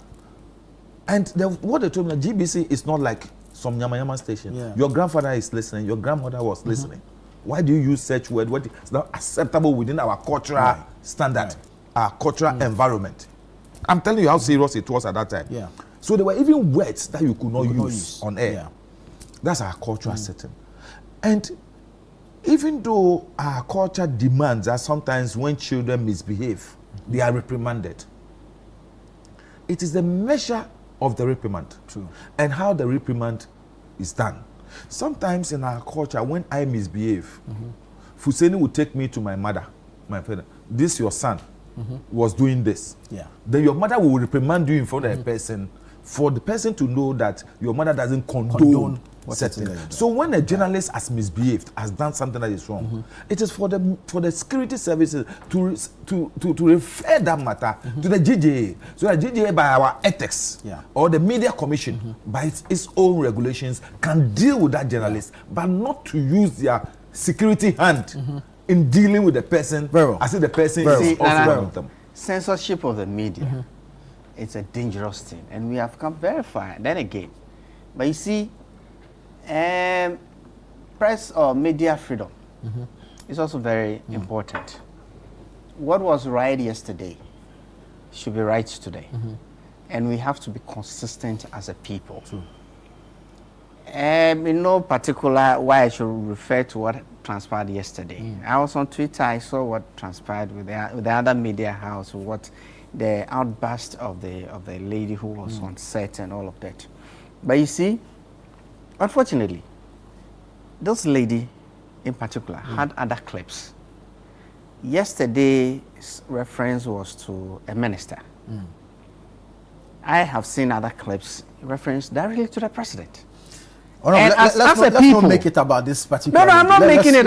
You see, let's move on. I left it for Honorable because he is I mean, and you see, yesterday's the immediate U-turn, when she had expressed how she felt about the passport issue, and then within some I think hours, she had to take a U-turn. She's apologized. She's apologized. So she apologized. Let's not make this up. She apologized. Oh, fair enough. Whoever put pressure on her, whatever, because I agreed with her initial, maybe her presentation, but I agreed with her. But you see, when she spoke about Gobe, under the government of the NPP, the media house did not get her to come and apologize to the president. Right. That's done. Honorable, there's a message here. Did people go into a life like that? There's a message here from Mystic Wonder inside in Sawam. You see, I'm saying this because you said it was a double-edged sword, and I agree with you. Journalists or media people should also be responsible. We should act responsibly. That's it. We're told that and we can guarantee you freedom of speech. But beyond that, guarantee freedom after your speech, we can't. Very well. But you see, let's do some NPP politics now. After that. We have a few minutes to go. What transpired yesterday? He doesn't want us to do the NPP politics. We have a few minutes to go. What transpired yesterday? You are going to the poll on Saturday. Lady coming, and I was so surprised. Isa. So all those people who were on Twitter saying the person about the lady, were they in this country when she spoke about Gobe? We've seen more. Now, if you like, I will show you the video. We've seen more light now. We don't like it. You don't want to see it. We want to see how prepared you are for the polls on Saturday. NPP primaries. I can tell you that we are very prepared. I have been very much in there. The EC is running the whole thing. The police will be offering security. I'm so much inside, right? I was at the printing of the ballots as an agent for DMB. Yesterday we followed the distribution of the ballot papers. I can tell you that the ballot papers are in the constituencies. The polling station, the EC should be very ready. I'm not too sure about the security because I'm not involved. Systems by the candidates to collate their results that I am sure are being put in place. I'm still engaging my constituents. We're still putting finishing touches to our campaigning. And I think that we are going to have a very successful event once again. Because the New Patriotic Party, when it comes to democracy, the democratic institution and the preservation and promotion of democracy within Ghana, we are par excellence. So what is going to happen on Saturday? What is going to happen on Saturday? And you see, for me, this election, the elections we are going to have on Saturday, is one of the best things that happened to the New Patriotic Party. Because look, that you are electing your flag bearer before your executive. Coming from what transpired in the last elections, the spirit of the party itself was. But you see, this contest is actually the spirit had left the party. No, the spirit. The defeat was so disgraceful. The spirit had left. When you are a party with deep-rooted history, like us, from the UP to the PP to the PFP or UNC, wherever you belong to the NPP, we know where we are coming from. We have deep-seated roots. From the UGCC. So, from the UGCC. Yeah. So, it is not something that can be blown away by one election. Party more than you. It is not something. The NPP is not a party. Because I'm older than him. Very well. Oh, yeah. I mean, obviously. But you see, the New Patriotic Party, it is not a party that can be blown away by the defeat we suffered in one election. No. But you see, this whole process, the candidates going around has rejuvenated the spirit of the party. And that is what we are going to ride on. And fortunately for us, we have put ourselves in a situation where we have a lot of time to the next elections. Because the real work is after your primary. Of course. Uniting and forging ahead. But we have given ourselves the best resource, which is time, to be able to resolve whatever issues we have post elections on Saturday. And with the other elections that will come on, with the party internal elections, parliamentary primaries and all of, we have put ourselves in a very good stead. We are going through the processes now. Fortunately for us, after Saturday, we will have a pivot, a head, a leader of the party which is going to be Dr. Mahmoud Bawumia, and post that. He's What is going against 4 other persons. Oh, why? Well, didn't you watch Bernard the other time on TV? Didn't you see how the polls are going? Can't you feel there are it? several polls pointing to different Can't directions. you feel it? You should be feeling it by now. Honorable, let me give you 2 minutes on NPP primary. Yeah, you should be feeling the DMD sense by now. Sir, thank you. Let me hear. He's wishing you well. He's wishing you well. We are putting ourselves in the best stead for 2028. Very well. We will finish ours and we'll be watching them. Whether it's going to be Professor Nana Jane, whether it's going to be General Mosquito, that is not for you to whether say. it's going to be the Chief of Staff. Do you fear them? Go and finish yours on Saturday. Honorable Isa. Honorable Manapo. Let me say this. Sitting there as a political strategist and from the NDC, whatever happens on Saturday is very important to me. True. Because it will inform even our governance from now to the end of the 4 years. So I wish that it will be peaceful, it will be without any problem, then we can have somebody emerging as the leader of the MPP. And then you can have DMP emerging as a leader. Why would you want to put words in his mouth? He knows it, but he's trying to. He knows it. Yeah, he's feeling it. Well, he's the one I'm expecting. You see? I want him to because you make the work easier for you. For me. Easier for me. If you do the work easier for me. This is where the Akanai so it's important. If anyone in NDC should think that whatever is going to happen on Saturday is not important, because it will impact on our strategy, on our planning and everything from now until 2028. But you see, the MPP are making one mistake. Let me be frank with you. If Fuseni said they will have time, I swear the action they have taken rather will cost them. Will cost them. Do you know why? What is going to happen is that the party will fracture. Let me tell you this. You see, as soon as one is elected as a flag bearer, what it means is that his supporters are going to be the ones who will form the national executive, the constituency executives, branch executives. It's going to go that way. Okay. I'm telling you. Because you see, one of the reasons they cited for this particular strategy was that sometimes you have an executive who is against the flag bearer and sabotages the flag bearer.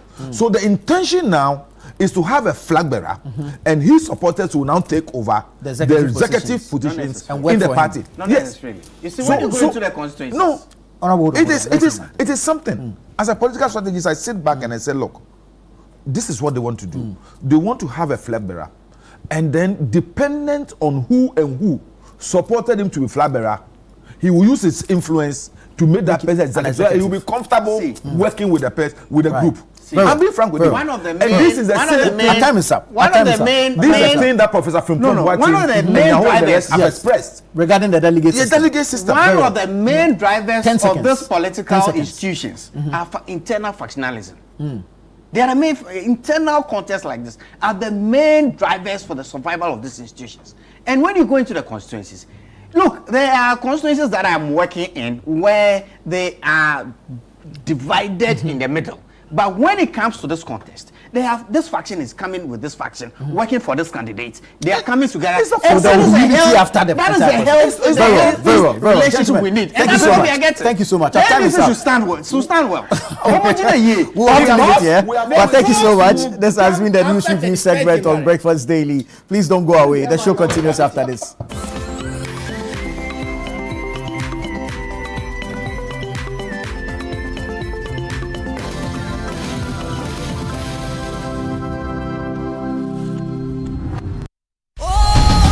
On Friday, 6 February, join us at the Kempinski Hotel Gold Coast in Accra, Ghana for the 2026 Africa Prosperity Champions Awards and Presidential Gala Dinner under the patronage of His Excellency President John Dramani Mahama to celebrate exceptional achievements and inspire the next generation of leaders. The Africa Prosperity Champions Awards, the APCAs, recognize extraordinary changemakers driving Africa and global Africa's integration and transformation. Compiled largely from public nominations, managed by KPMG and overseen by a governing APCA Academy academy of esteemed leaders. This year, we honor champions across 10 prestigious categories. Woman of the Year, Young Entrepreneur of the Year, Africa Soft Power Champion, SME Champion of the Year, Excellence in Digital Innovation, Global African Leadership, Industrialist of the Year, Financial Leadership in SMEs, Green Africa Award, and Transformational Infrastructure Award. Be part of Africa's ambitious vision for Agenda 2063. For tickets, visit africaprosperitynetwork.com.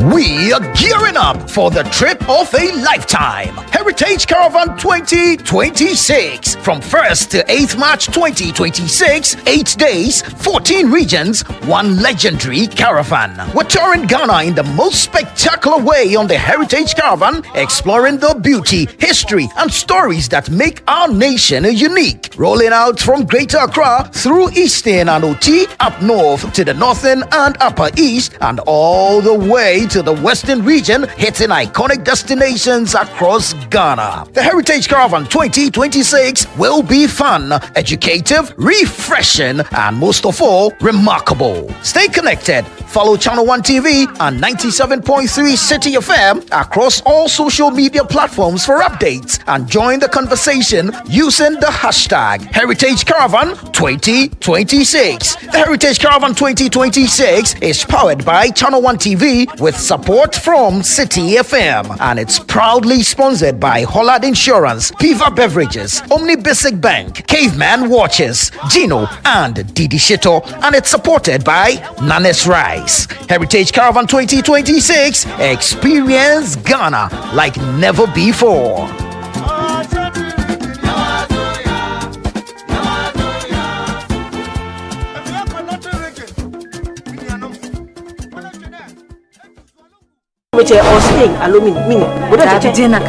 Abstain. Why abstain? I have been seeing through your shenanigans all night. I thought I told you that I didn't want to see that girl in this house again. A mixed bag of emotions and incidents. Ghanaian family and intergenerational drama. Some not so good. That boy, that womanizer. You are old enough. I would like you to man up. In other cases, not so bad. So does he see in her that he's not seeing in me? Look at me. Eugene and Anekia made a choice. You won't believe what Pam and Anekia have done to me. Watch out for So, a brand new series from GH Media Productions. So, Thursday at 7:30 p.m. only on Channel 1 TV. Let's get into the world of sports like never before. You know how we do it on Fridays. Join us every Friday at 7 p.m. on 97.3 City FM for Sports Panorama, your ultimate destination for all things sports. One of the biggest scandals in this country's history. Yeah. You can't spend 250 million USD and come out with that. From the thrill of association football to the excitement of basketball, tennis, athletics, and even emerging sports, we cover it all. Whether it's the Premier League or the latest NBA showdown, we bring you the stories behind the stars. Getting an opportunity to become a national team coach, you should understand the politics around football. And don't miss the prayer of the rabbi. Joe was Zebaut. How Zebaut there? Zebaut won Chaboke. We're not just about the games, we're about the community. If you are going to be given this kind of treatment, then you need to be that guy.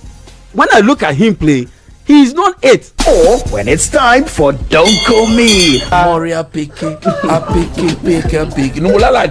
Join the conversation as we connect with fans across the country and beyond. What's the latest updates? Send us your thoughts and we'll feature your comments live on air. And remember, we like to hear your predictions for matches and your thoughts in general. Think you know who's going to win? Let us know. Big shout outs to my YouTube people. Tune in every Friday at 7 p.m. only on 97.3 City FM. Sports Panorama, where sports come alive.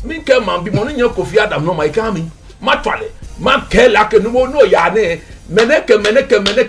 Famous Shako club the fake DJ. No here kawashi. Yes me. Amen. Sports Panorama, your weekly sports fix. Don't miss out on the action. Sports Panorama. Catch the excitement every Friday. Welcome to the Health Quarters Ghana, where medical science meets everyday life. Join Dr. Gideon Asan and the irrepressible Clemento Suarez as they tackle health issues. My name is Dr. Gideon Asan. I have with me here my co-host Clemento Suarez. I knew how it felt anytime I started to feel the pain. Whether it is hernia, breast cancer, cataract, or infertility, the show brings together victims to share their real life stories and experts to debunk myths. If you wear cotton supporter, and there be a pampers and a benwa or bosom. So you see, instead of it being raw egg, I done it because you didn't know. Make a date with us every Sunday at 4 p.m. on Channel 1 TV. Don't forget to subscribe on YouTube and all social media platforms at Health Quarters Ghana.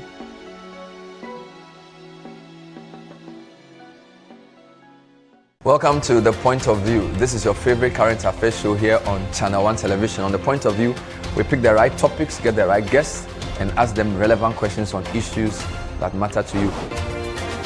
With the complexities of the issues happening around us on a daily basis, it's the hard-hitting conversations and the probing questions of The Point of View.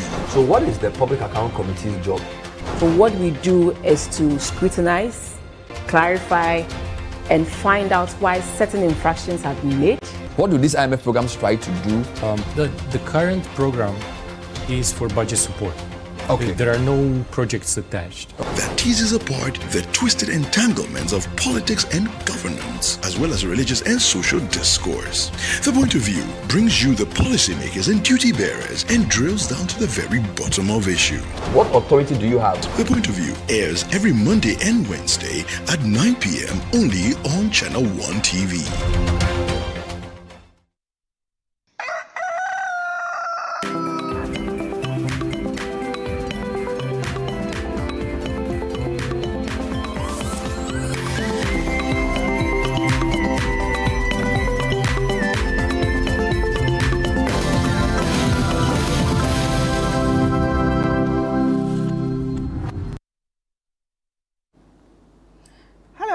You are welcome to Breakfast Daily right here on Channel 1 TV. We're excited to be here with you this morning.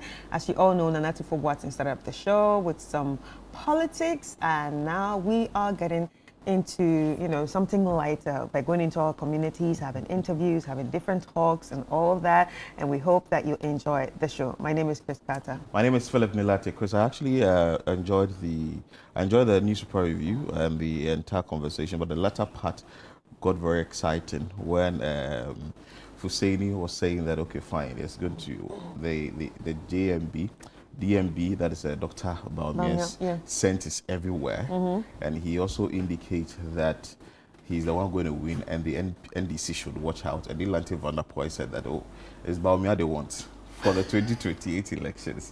So it's just interesting. But mind you, this weekend, Saturday, is going to be the polls. Yes. And we're going to bring you live coverage here on Channel 1 TV from start to finish to when the declaration will be done. But I'm sure you are also enjoying Made in Ghana rice because it's very important. We've been talking about this on the show for a very long time, that you'd have to eat Made in Ghana rice. And that is a campaign we are championing here at Channel 1 TV. So eat Ghana, build Ghana.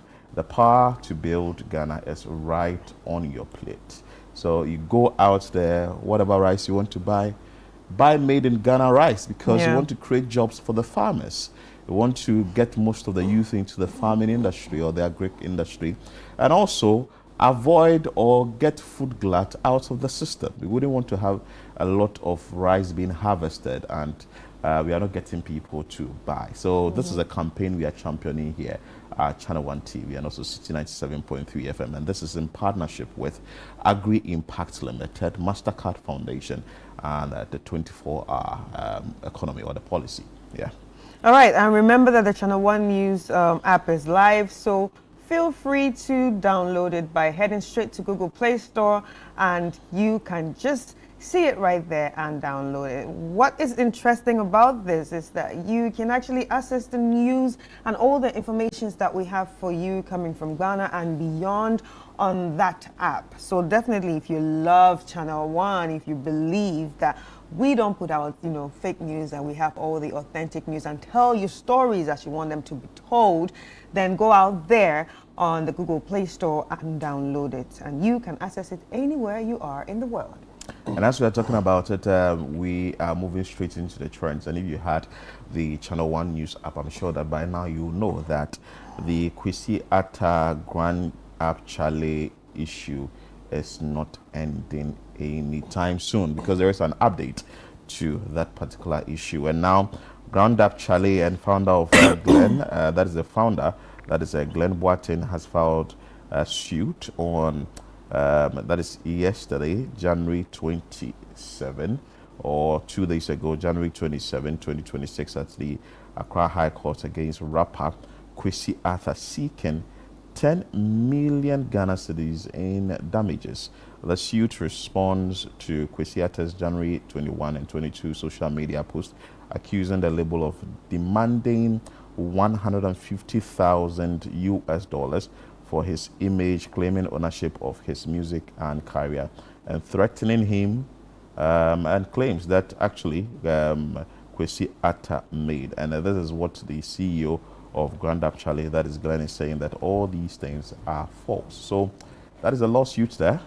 You're following up keenly, but the gentleman himself is even struggling.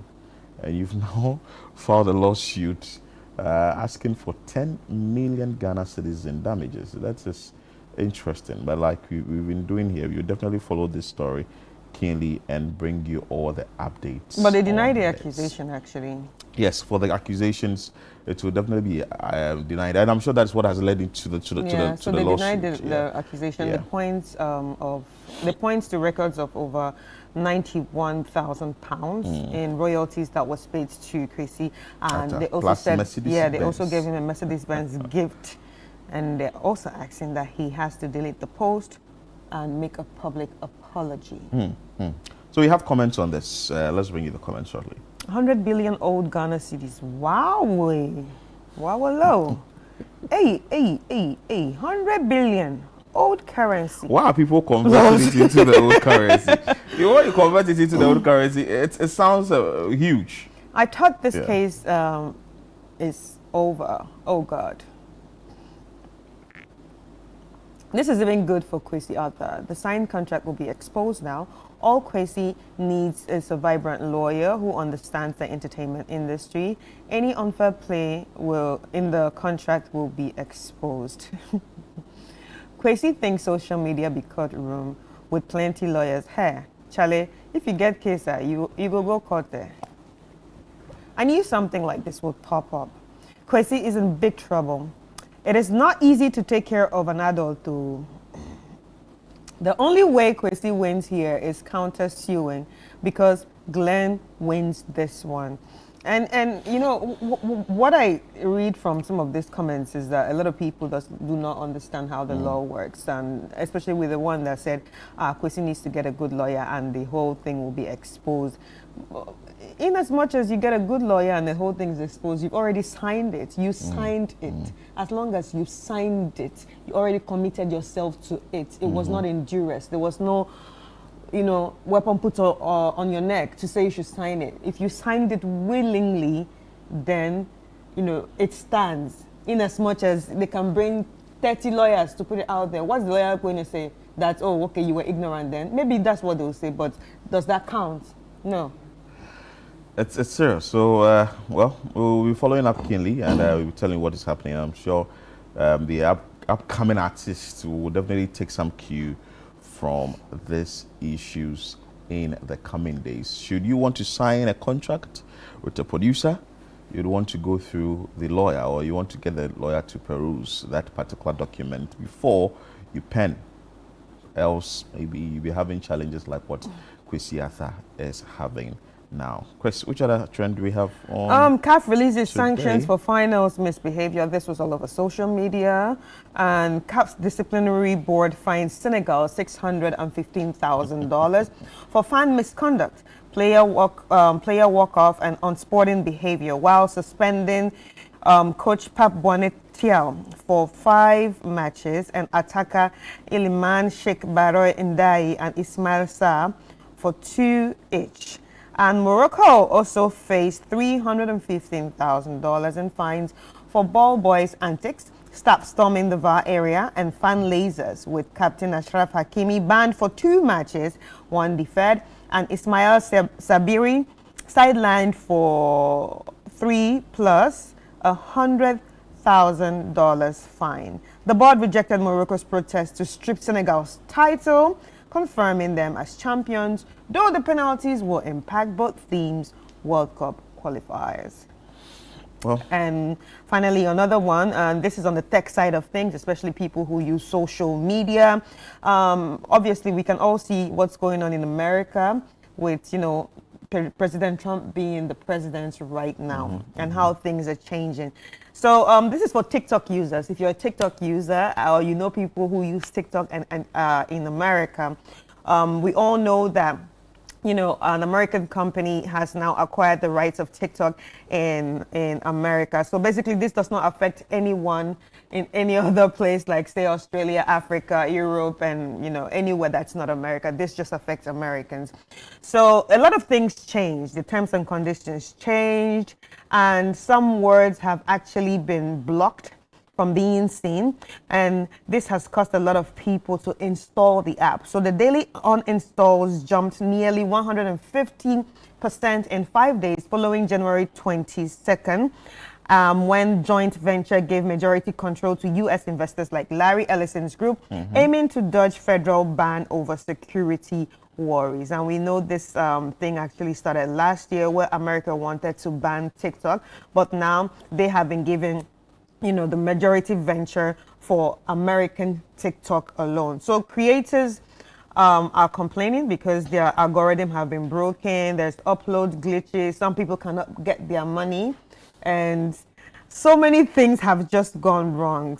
And even words like Epstein has been banned or censored, and it is it's causing a lot of people to question what is really going on. And with their new TikTok terms, is from China, right? Yes, and with their new terms and conditions, it's circulated that if you read it well, it's also asking for your immigration status. Oh, okay.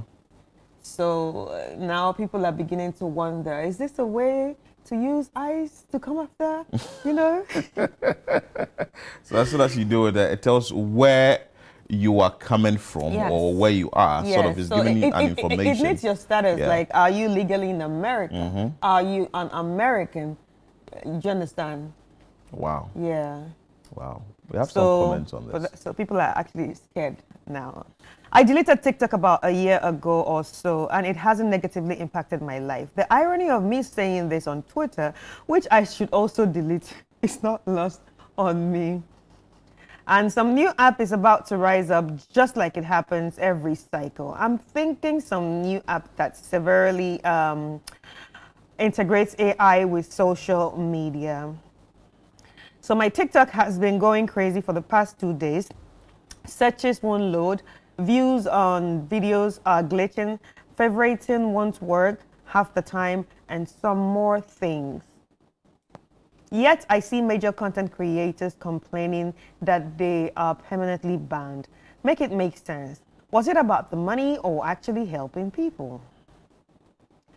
I get on Vine, the app shut down. I get on TikTok, the app shut down. Maybe it's just me. I think TikTok as we know it is over. It was a big mistake for the owner to sign over to America, because I think we are about to see the fall of TikTok in real time. Really? I think it's just going to, the fall of TikTok, or what they feel as the fall of TikTok, is just going to happen in America. It's not happening to people in Africa. But I'm thinking now that this sort of issue is happening in America, this should be the time that, China should say that let's pay African creators. Because African creators are really doing a lot. Yeah. Or maybe they should change their niche because it seems like we dance too much on TikTok. Like, we dance too much. You get. But in as much as we are dancing, or it's a way to sell ourselves on. It's a way to sell ourselves. Because I know a few who have used TikTok, and today they are getting bigger brands to sign them on. And if you're talking about dancing, you know of the endurance and hair people. Everybody cannot be a dancer. Yeah, everybody cannot be a dancer. But you see, there's also a way to, you see, the media space, you are entertaining, you are informing, and you are educating. So that's what I'm saying. We need more informing. Mhm. We need more education because I You see, think that entertainment is too much? yes, I see we. But the other people too who are using I TikTok see- to really educate well. I see It depends on we- your we- algorithm, what well, you are really well, receiving. I am not even on African algorithm. I don't want to see any of the dances. Honestly, I don't want to see the skits. I don't want to. Sometimes it's just brain draining. I also think it depends on your algorithm, because see, you didn't want to take away the fact that the digital space is now like you need to get into every space. YouTube, like actually iShowSpeed came to Ghana, or restoring 19 countries in Africa as a result of getting 50 million subscribers on YouTube. No, but his You understand? But his niche. What's his niche? Agreed. His niche is Agreed. We a can't. kid that has so much adrenaline not- that he. We can't do. Not everybody can be iShowSpeed. Not everybody should be a everybo- dancer. That's what I'm saying. No, but the other people on That's what I'm TikTok that saying. are also doing it So that's what without I'm just not saying. dancing. I'm just encouraging people to, if you're there, just find a niche. Find a niche. We will believe in your niche. Talk about what you want to talk about. Educate us. Inform us. The dancing is too much. That's why we. Was it last year? Last year we're having a conversation on. What's it? We're having a conversation on the secondary school. Yeah. Yeah. And because of the things they see there, because of what we are feeding them, garbage in, garbage out, garbage in, garbage out. That's what I'm saying. That it could be that you are saying that the dancing is too much, but depends on what you are consuming. So, and I know it has to do with the algorithm, like I made mention. Let's do of, like and it has to do Chinese with TikTok. And that has to do with what? STEM. And there's a STEM part on TikTok, I'm sure. That's what I'm saying, and that has a lot of Chinese, that has a lot of the Western people. Ours are few. That's why, like, we need more creators in those spaces. I'm saying people should just, create intelligent things too. Anyway. Well, Anyway. talking about iShowSpeed. That's fine. Yeah, talking about That's iShowSpeed. But I still wouldn't want to side with you. You know, he was giving a passport. I think TikTok is really. Are you dancing on TikTok? Because it seems like this dancing thing is. It's not about dancing. Are you dancing? It's not about dancing. I dance a lot though, but no, you know what? I just have to say it out there that I dance a lot, but that doesn't make me. Anyway, you that can doesn't, join us. because someone might actually think I hate dancers. I dance a lot. I'm a dancer. This is getting professional. interesting. 0204447033 is the text line. You can join us. I want to find out from you. Do you think that the TikTok, what we have right now, you are saying that our algorithm is really showing us a lot of people who are dancing, or you think that there are other things that apart from are the very dancing, education? I think that education also runs through in there, because I've seen people who would want to teach you a few things about procurement, would want to teach you a few things about health. I want to teach understand you a few things I about really economics. understand you, but what I'm saying, can we have more of that? No, and sometimes we also need to do a research and look at what people are consuming. Can we have I need more to really of that? find out Because what at my the end of audience the are day, consuming. because at the end of the day, I don't know how true this is, but the Chinese TikTok, I heard it's more about the STEM thing, and it's like they've made it a conscious effort for that to appear, so that people or their kids stay educated. But you know there is this diversity, there is fragmentation, there is you need to also come in with the fact that you need to know the behavior of that particular audience or that consumer who is consuming that content. It comes in with demography. You also have the psychography and all that. You have other things that comes in here. I like that. The behavior, the gender, whatever the person is coming from. Before you put the content out there, I understand what you're talking about. I understand what you're talking about perfectly. One particular thing on social media, and we should consume it like what the Chinese are consuming. Let's make a conscious effort to also do more of that. That's what I'm just saying. I love my TikTok followers. I like my TikTok people. So, don't worry. Sometimes you know what? I will just buy it. Tomorrow I'll bring the tripod. We will dance here. Tomorrow is Friday. We'll dance. Tomorrow is Friday. And you know, sometimes when you're stressed out, you're really tired, you go on TikTok. You definitely get something to make you happy, and you can go to bed well refreshed. You see, people create content to, like I indicated, to entertain, to educate, to inform. So you wouldn't want to have, let's just do the education. I'm not saying that. I'm just saying let's have more of it. So there is this thing called the UGT, that is it has to do with the gratification. What I'm coming to use the media for is different from what you are using the media for. You understand? So if I'm getting on board and I know that I'm using TikTok to entertain myself, my algorithm is going to show me plenty dancing.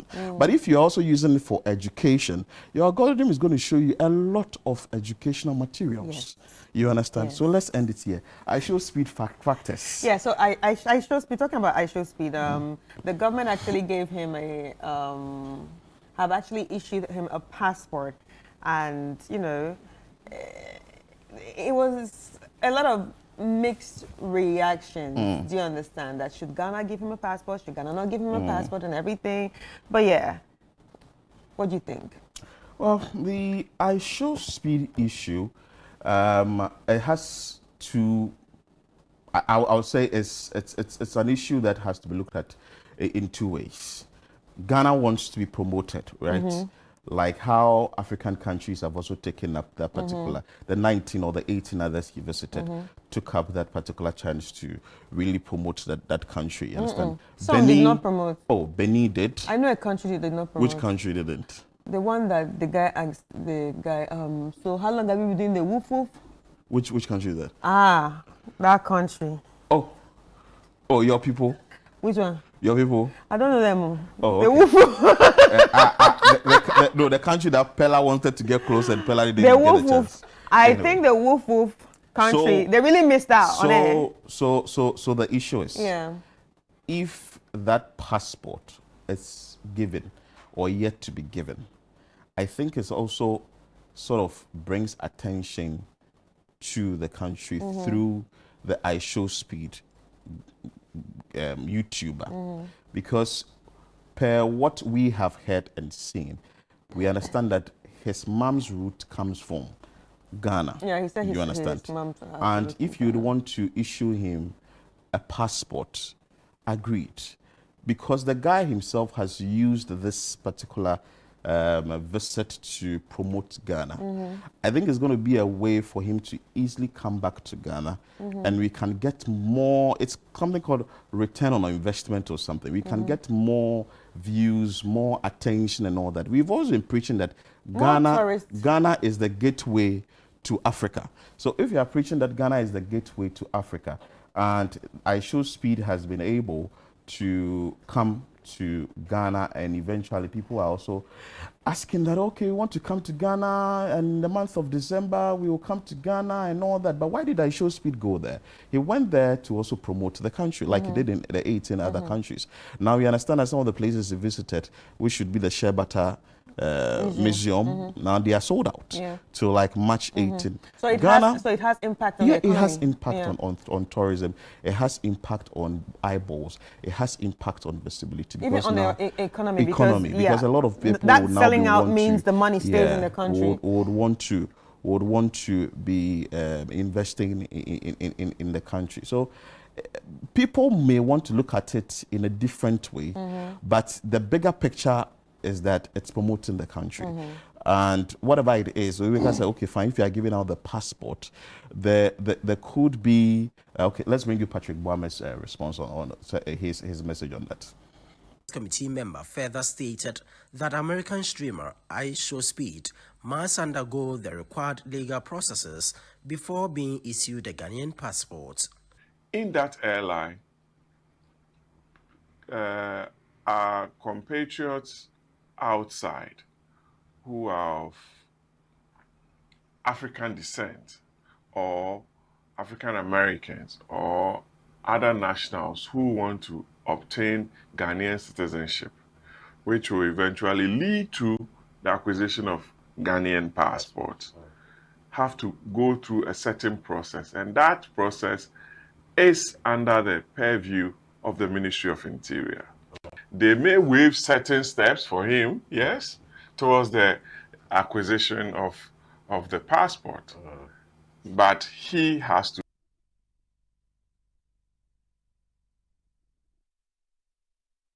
So that is it. I should speed with comments around it. Let's bring you the video of the day.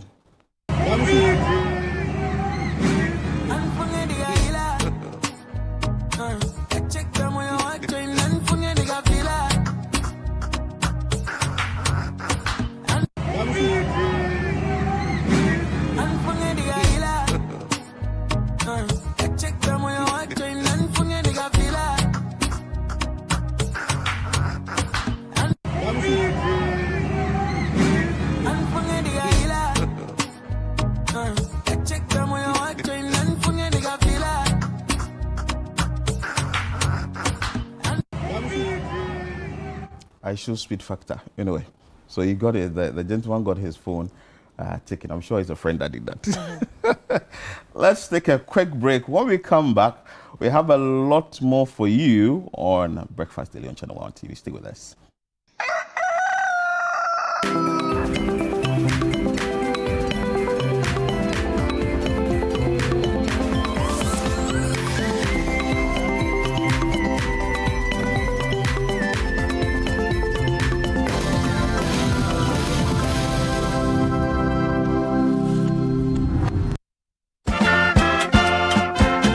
We are gearing up for the trip of a lifetime. Heritage Caravan 2026. From 1st to 8th March 2026, 8 days, 14 regions, 1 legendary caravan. We're touring Ghana in the most spectacular way on the Heritage Caravan, exploring the beauty, history, and stories that make our nation unique. Rolling out from Greater Accra through Eastern and OT, up north to the Northern and Upper East, and all the way to the Western region, hitting iconic destinations across Ghana. The Heritage Caravan 2026 will be fun, educative, refreshing, and most of all, remarkable. Stay connected. Follow Channel One TV and 97.3 City FM across all social media platforms for updates, and join the conversation using the hashtag Heritage Caravan 2026. The Heritage Caravan 2026 is powered by Channel One TV with support from City FM, and it's proudly sponsored by Hollard Insurance, Piva Beverages, Omni Basic Bank, Caveman Watches, Gino, and Didi Shito, and it's supported by Nanes Rice. Heritage Caravan 2026, experience Ghana like never before.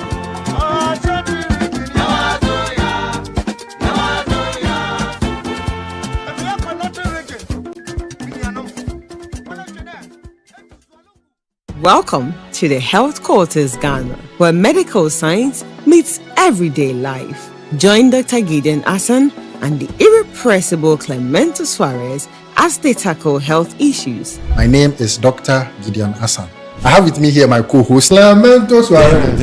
I knew how it felt anytime I started to feel the pain.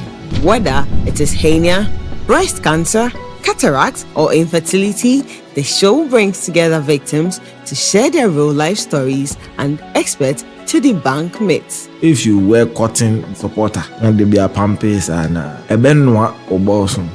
So you see, instead of it being raw egg, I done it because you know. Make a date with us every Sunday at 4 p.m. on Channel One TV.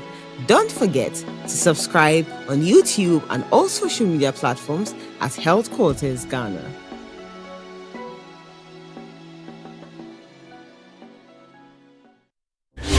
entries have poured in from communities all across the country, and the energy is off the charts. The quest to uncover the most deserving stories has kicked into high gear. Stay tuned for the thrilling reveal and the grand celebration of our esteemed 10 Channel 1 TV community legends. Only on Channel 1 TV.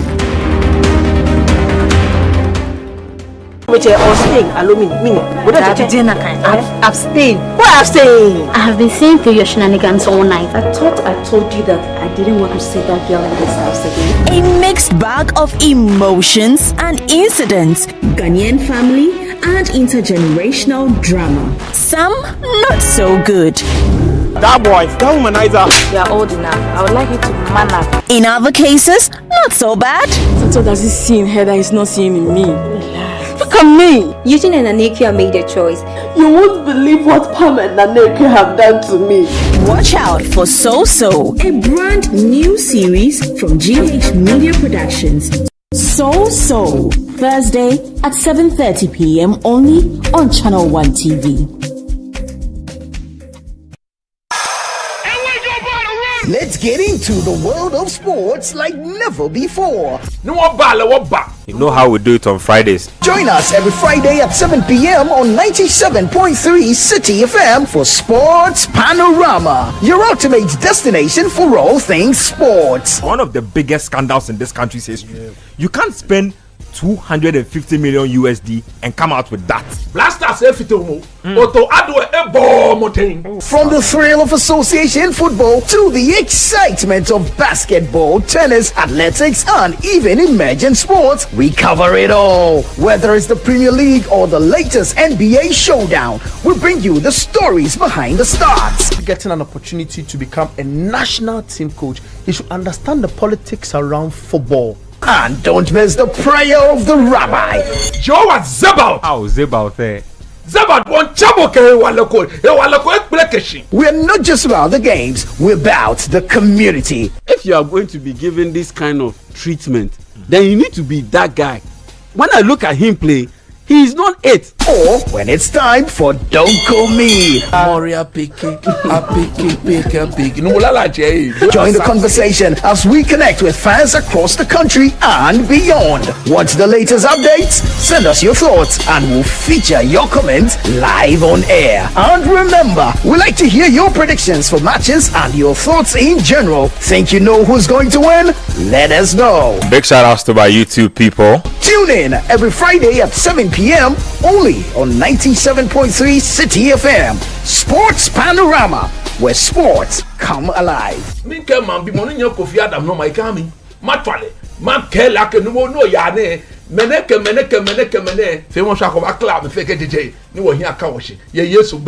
Amen. Sports Panorama, your weekly sports fix. Don't miss out on the action. Sports Panorama. Catch the excitement every Friday.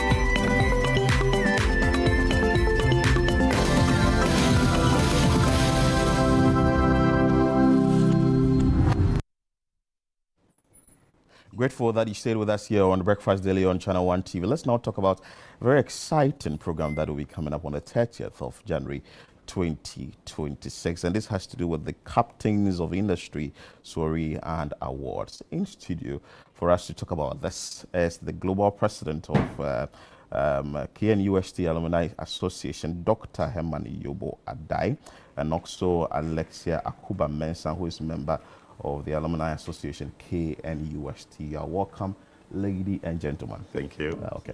Doc, let me start with you. When we talk about the Captains of Industry, what is the event about? What is it actually about? Okay. So this is a special event. It's the brainchild of the Vice Chancellor and her management team. And it was basically from their perspective to say that over the lifespan of KNUST, many individuals, including alumni, organizations, etc., have been very supportive to the university. And the university had not taken the time to officially recognize all that support that has been coming through. So they thought that it would be good to create this platform where we appreciate and celebrate all that support that is coming through, and also use it to inspire for more support for the university, because obviously we know the value of KNUST to the country, to the continent, and to the world. Yeah. And I mean, even for what we are having here, for the lights to be on, water to run everything, I mean, we actually engineer the country. So that kind of support is really befitting, and it is also important that we appreciate it when it comes. So it's just a platform to celebrate all the support we've been receiving so far, and also use it to inspire for more support into the future. Yeah. Oh, that's interesting. So this is not tailored to a particular year group? No, not at all. Which year group are you? 97. 97? Yes. Wow. What program did you do in school? I read pharmacy. Pharmacy? Yes. Oh, nice. Yes. How was school like for you? Tech is beautiful. I mean, I'll come to Alexa, because I think you are the younger generation of the school. Yeah. No, tech, I mean, in our day, it was like, that was the party house. Okay. Oh. Yes. I mean, if you are. Which hall? I was in Queen's Hall. Oh, and you know, tech, we mix and match beautifully. So you have friends from every hall. I mean, tech was beautiful in the sense that, to start with, the campus is green and beautiful. Yeah. Social life is great, because we don't run away and go home every weekend. So weekend we are there together. Our campus. Yeah. There was a very good balance for all those difficult programs that we were studying. There was a good balance with social life as well. Lectures related very well with us. So it was just a beautiful place to be, I would say. And it created also the opportunity for many new things to come up, because you had the latitude and the space, people creating new programs, events. Those days we didn't have all this digital stuff, so the notice boards were the go-to place. Yes. You always have to go and look at what is happening there. And else you'll miss there out. were ingenious ways. I mean, the cartoons. So the story is the news story, and yet somebody will take time and curate it into a comic with the cartoons. Wow. And we used to have that. And also, you know, when it comes to radio and TV, these things that you're doing, you know, tech was the first place where an independent FM station started. Oh, beautiful. Yeah, and those days, the revolutionary days, it was not allowed, it was closed down, etc. So I think that spirit continued. So we had all these radio stations affiliated to the different halls, and there were very interesting programs like Fila Time, Fila No Have Leg, Ibiokrum of the Caribbean. So those were events and situations on campus that really inspired community. It was nice. Oh, that was an interesting time on campus. 1997 year group. And you? 2024 year group. Oh, 2024. Yeah. Last 2 years. Yeah. Okay. So Gen Z. Yeah. How was campus for you? Like so campus was quite fun, and so unlike his year group, obviously we had the digital space, we had social media, so that's why we got dancing all. too much on TikTok. It's to release stress. It's to release stress. Yeah. Thank you. Continue. So so for my year group, unfortunately, we had COVID hitting. We had there was a clash between Kat and Kunti, so we had a ban on social activities on campus, and despite that, we still had a lot of fun activities off campus or within their halls. It was just a very fun place to be, and we met a lot of people. We made so many friends, and even with the educational parts, still a good experience, because good lecturers, good course mates. It was an amazing experience. Wow. So now let's talk about why you chose to be part of this Captains of Industry event. 2024 year group, you chose to be part of this event. So one thing I've noticed with the younger generation is that we are not actively involved in the alumni association, and I do not know why. I would like to think it's because they are not really enlightened on the fact that they could be part of the alumni. Maybe they feel like they haven't reached the point where they can make a change. And I believe that they could start by offering their time, volunteering for stuff like this. And me personally, I found it as an opportunity to, first of all, network and meet new people. Secondly, to just sharpen my skills, just my planning skills, interactions with people, stuff like that, just to build me up for who I want to be in the future. Good. So, Doc, now let's talk about the event proper. It's happening on January 30. That's tomorrow. That's tomorrow. Yeah. It's an award ceremony as well. Yeah. What are the categories and which individuals will be awarded? How many will be awarded to come tomorrow? Okay. So, to start with, it's not a competitive awards program. It's an appreciation awards program. So the VC's guidance was that as many of our partners that we could reach out to and appreciate, we must do that.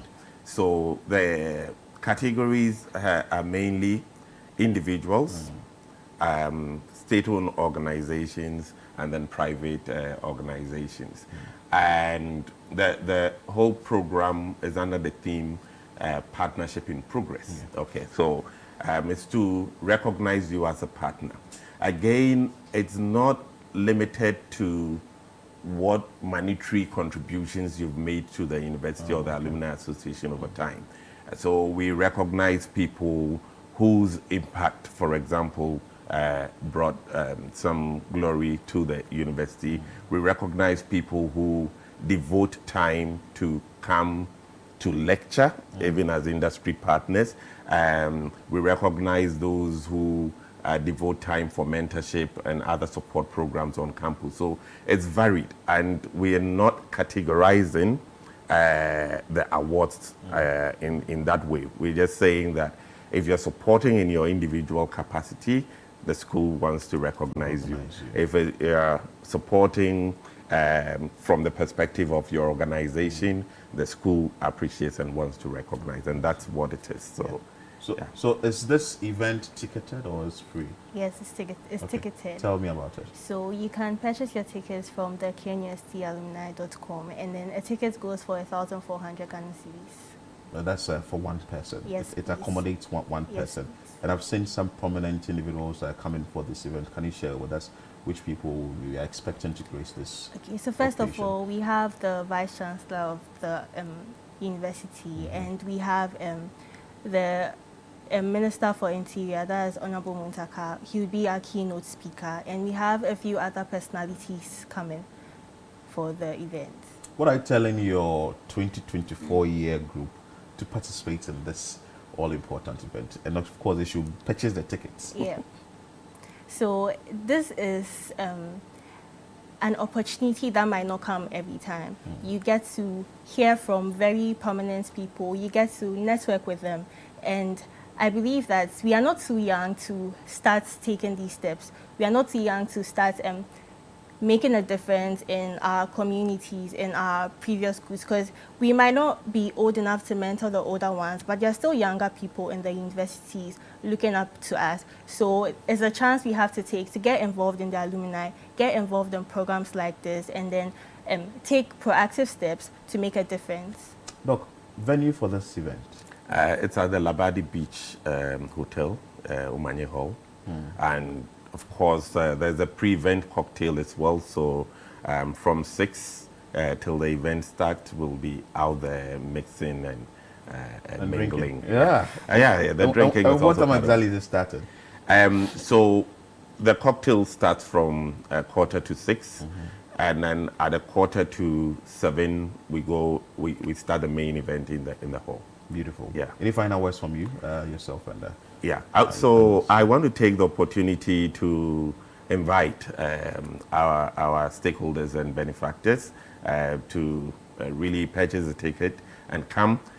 More importantly, for us to meet each other. Some of the people, it's been so long since I last met them. 1999. It's been long. You've not 97. Seen some, 97. You've not seen some of your. Some of the people I've never seen them. So it was nice. A friend of mine told me that He just came in from the States, and so we'll meet Oh, there. you meet there. And I Beautiful. think, I'm looking forward to that. So I am trusting that people will create more of such connections, and then let's all meet It there. helps in networking too. Yeah. 2024 year group. When last did you see some of your colleagues? Oh, it's recently. We are quite fresh. So, and then now we have social media, so we keep in touch. Hey, the digital space is helping you. Exactly. Doc, thank you so much. So we spoke to Dr. Herman Thanks for having Yabo Adai, and this is the global president for the KNUST Alumni Association, and also Alexia Ekuba Mensah, who is a member of the association, that is the KNUST Alumni Association. Make sure that you participate in this exercise or this event tomorrow as the Captains of Industry Soiree and Awards. And as she indicated, it's ticketed. Before we go, any number they can call to make reservations or I think the best location will be the website. The website. knustalumni.com. www.knustalumni.com. So as soon as you go there, the landing page says purchase a ticket for the Khoisan, the Captains of Industry. Beautiful. Okay. Thank you so much. Right. Thank you. Let's take a quick break and bring you this soothing voice of Ekwa music.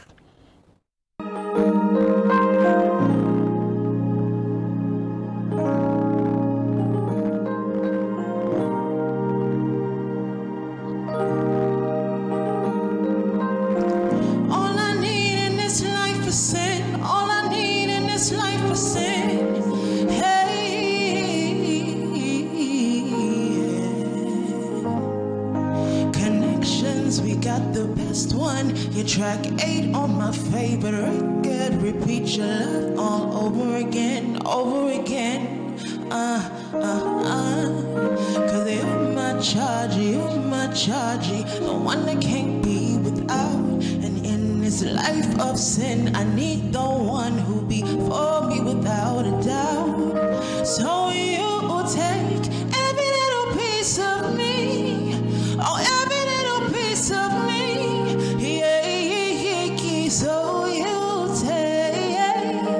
So you take every little piece of me. Oh, every little piece of me. And you're my connection. All I need in this life for sin. All I need in this life for sin. I'm rolling and I ride with it. I'm rolling and I ride with it. And I promise not to lose. You're still my favorite news. In this life of sin, it's me and my boyfriend. I like mine, tall and dark skin, sweet melanin, chocolate fragrance is a big win for me. And after hours, can you replay our same song? Cause I feel it. Living in this moment with you is all that I want to do, yeah. So you take every little piece of me. Oh, every little piece of me. Hey, you take it. So you take every little piece of me.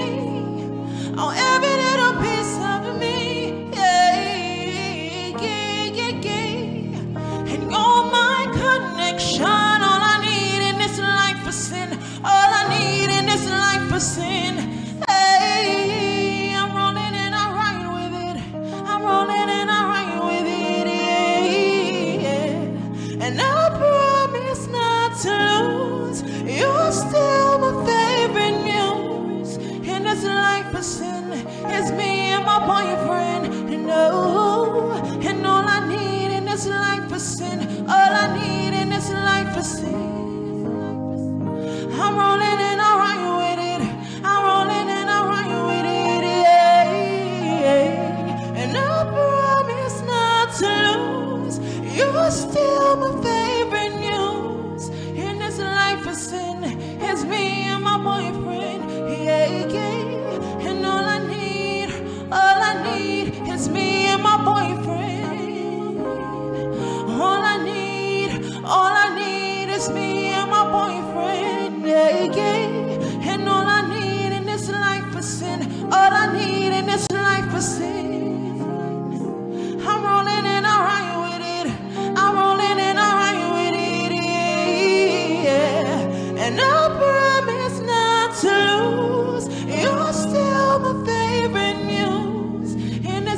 person is me and my boyfriend.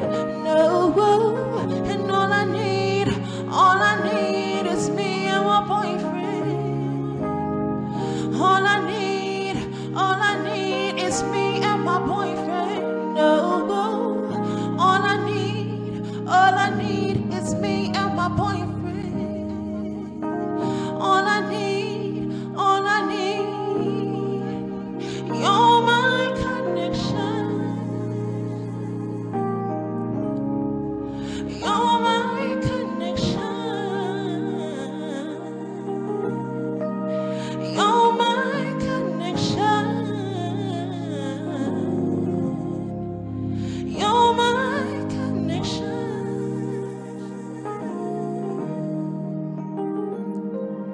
Connections, we got the best one. Your track 8 on my favorite record. Oh, you're my connection. You're my connection. You're my connection. You're my connection.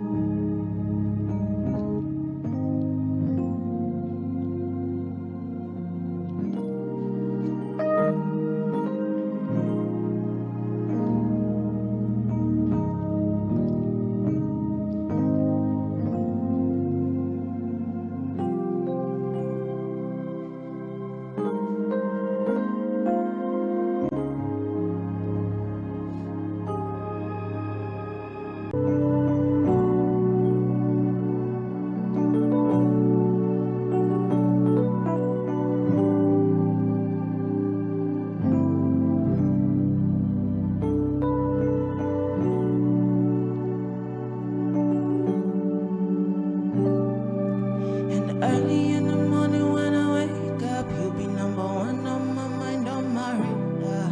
Long time I see your face just to say I love you. I get this feeling in my heart and my soul from all of the nights that I spent alone. And I'll be chilling just by the phone till you call. 'Cause you tape on my mind all of the time. You tape on my mind. Oh, you tape on my mind. 'Cause you tape on my mind all of the time. You tape on my mind. You tape on my mind. I miss you bad, and I cannot lie. I will not lie that I miss you bad. I miss you bad. I miss you bad, and I cannot lie. I will not lie that I miss you bad.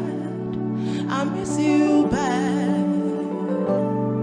'Cause I know you're hurting, baby, but I never thought you'd do me like this. On the low, you got me falling so deep. No, be lazy, then you make me complete.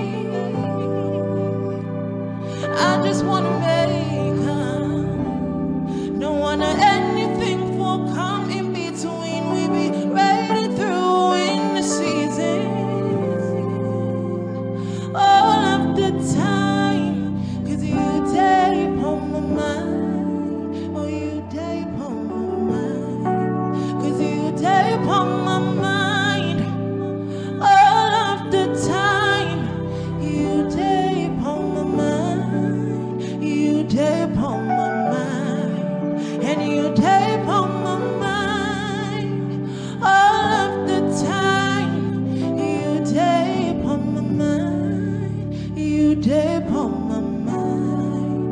'Cause you tape on my mind all of the time. You tape on my mind. You tape on my mind. I miss you bad, and I cannot lie. will not lie that I miss you bad. I miss you bad. I miss you bad. And I cannot lie. I will not lie that I miss you bad. I miss you bad.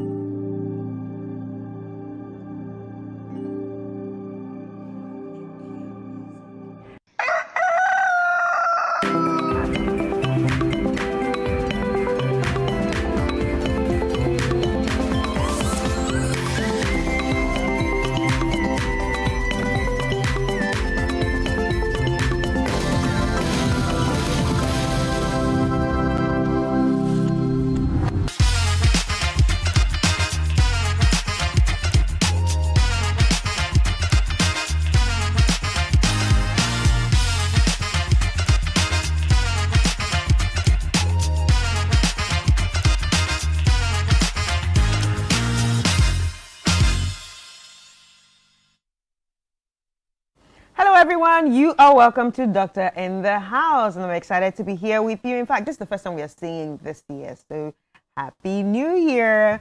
So we've come back with energy, and of course, you know, in Doctor in the House, we get to talk about different conditions, how to take care of them, or even how to prevent them. And I like to call this the consultation before the main consultation. And I also like to add that it's also like a medical school, a mini medical school where you also get to learn a lot. But anyway, the Doctor in the House today is Dr. Anita M. Thibault, who's a family physician at the Korle Bu Polyclinic, and also family medicine department, and an MWAC member. She was here earlier this week where we spoke about cervical cancer, and it's Cervical Cancer Awareness Month. So we're still going to be having this conversation. I remember that you are part of the show. The show is for you to also ask any questions that you have when it comes to the condition we're talking about. And since we're still in, Cervical Cancer Awareness Month, we're still talking about cervical cancer. And today we're focusing on vaccinations. And of course, with all the questions that you have. Hi, Doc. How are you? Thank you. Good How's morning. everything? By God's grace, You're back everything again is with your fine. big Yes, dummy. Yes. Whew. All right. Still on cervical cancer. Yes. Now, let's talk about the vaccines. Earlier, that was the day we had the conversation. We just brushed a bit on the vaccination. So today we're just going to dive in deep, let people understand who needs the vaccination, how it works, and what you can do after getting vaccinated. All right. So tell us about the vaccination used to prevent cervical cancer. Okay. So thanks again for the opportunity to be here. So like we mentioned earlier, cervical cancer, one of the main causes is the HPV, which is the human papilloma virus. Okay, so it causes chronic infections of the cervix, and then that progresses, if it's not cleared, that progresses to cervical cancer over a period of 15 to 30 years. Yeah. Okay, so now... 15 to 30? Yes. So we generally say an average of 15 to 20, but it can go as far as 30 years. So it is mainly transmitted sexually. And so we want to start the prevention before people start having sex. So generally the age, people might think is too early, but the age at which people mainly start having sex is 15 years. Okay, so vaccination targets young children, so between 9 and 14 years, girls and boys, because boys also participate in sex and they can transmit the virus. So vaccination is the main or the primary way of preventing people from developing the HPV infection in the first place. So it sort of introduces your body to the vaccine, to the virus, and your body is able to mount an immune response to the virus so that the next time your body encounters the virus, your body is able to fight it off effectively. Yes, so that is the main cause or the main reason why we vaccinate. So when it comes to HPV vaccination, we have 3 different kinds. Okay, so the HPV virus has subtypes. Yes. Some of them cause different cancers. So oral cancers, anal cancers, genital warts, penile cancer as well. So that's for the men. So that's for the men. So the virus has different subtypes that are responsible for all these conditions. The main subtypes that are responsible for over 50 to 70% of cervical cancers are 16 and 18. And so those are the high-risk virus subtypes. Okay, so we have 3 different kinds of the vaccine. The one that is bivalent, so it targets 2 viruses. Then the one that is tetravalent or quadrivalent, which targets 4 viruses. Then the nonavalent, so that's the one that targets 9 viruses. Yes. So in Ghana, we have the 4 and the 9. And last year, we actually started having a mass vaccination of young girls. We haven't yet started vaccinating boys. We did a mass vaccination of young girls between 9 and 14 years, and it was the quadrivalent one that was used. So that covers the 16 and 18, which are the main causes of most of the cervical cancers that we have. Yeah. So in our vaccination schedule, 9 to 14 years are covered. So they are the primary targets because the assumption is they haven't started having sex, so they haven't been exposed to the virus. And so the body has a better chance of fighting against the virus. So I want to understand something. With the younger ones, they take 1 dose? Yes. Because we, the older ones, have to take 3 doses. So the younger ones, they do that 1 dose too? It's also 3 doses. Oh, so the internationally accepted number of doses is 3 to get the very best coverage. But 1 dose has also been proven to be effective. Okay. And so our schedule in Ghana is to do at least 1 dose for all the young girls. If you have, so after the 9 to 14, the next group of girls or women that we are targeting is 15 to 26.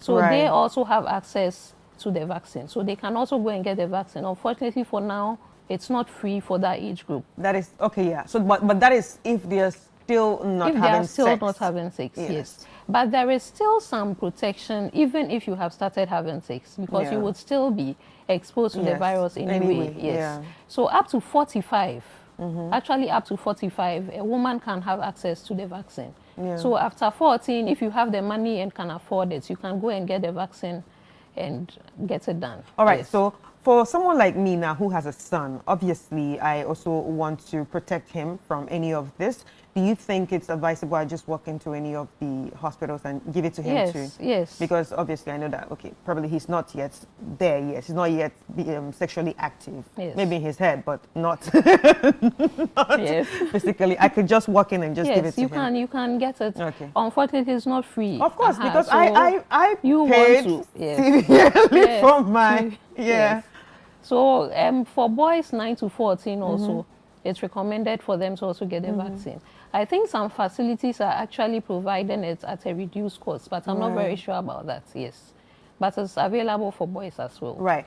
So one of the worries that a lot of people have had is, you know, there are so many little voices coming from different places. Oh, the vaccination is not good for our girls. Oh, it's going to make them sterile. It's going to do this to them. It's population control. It's this and that.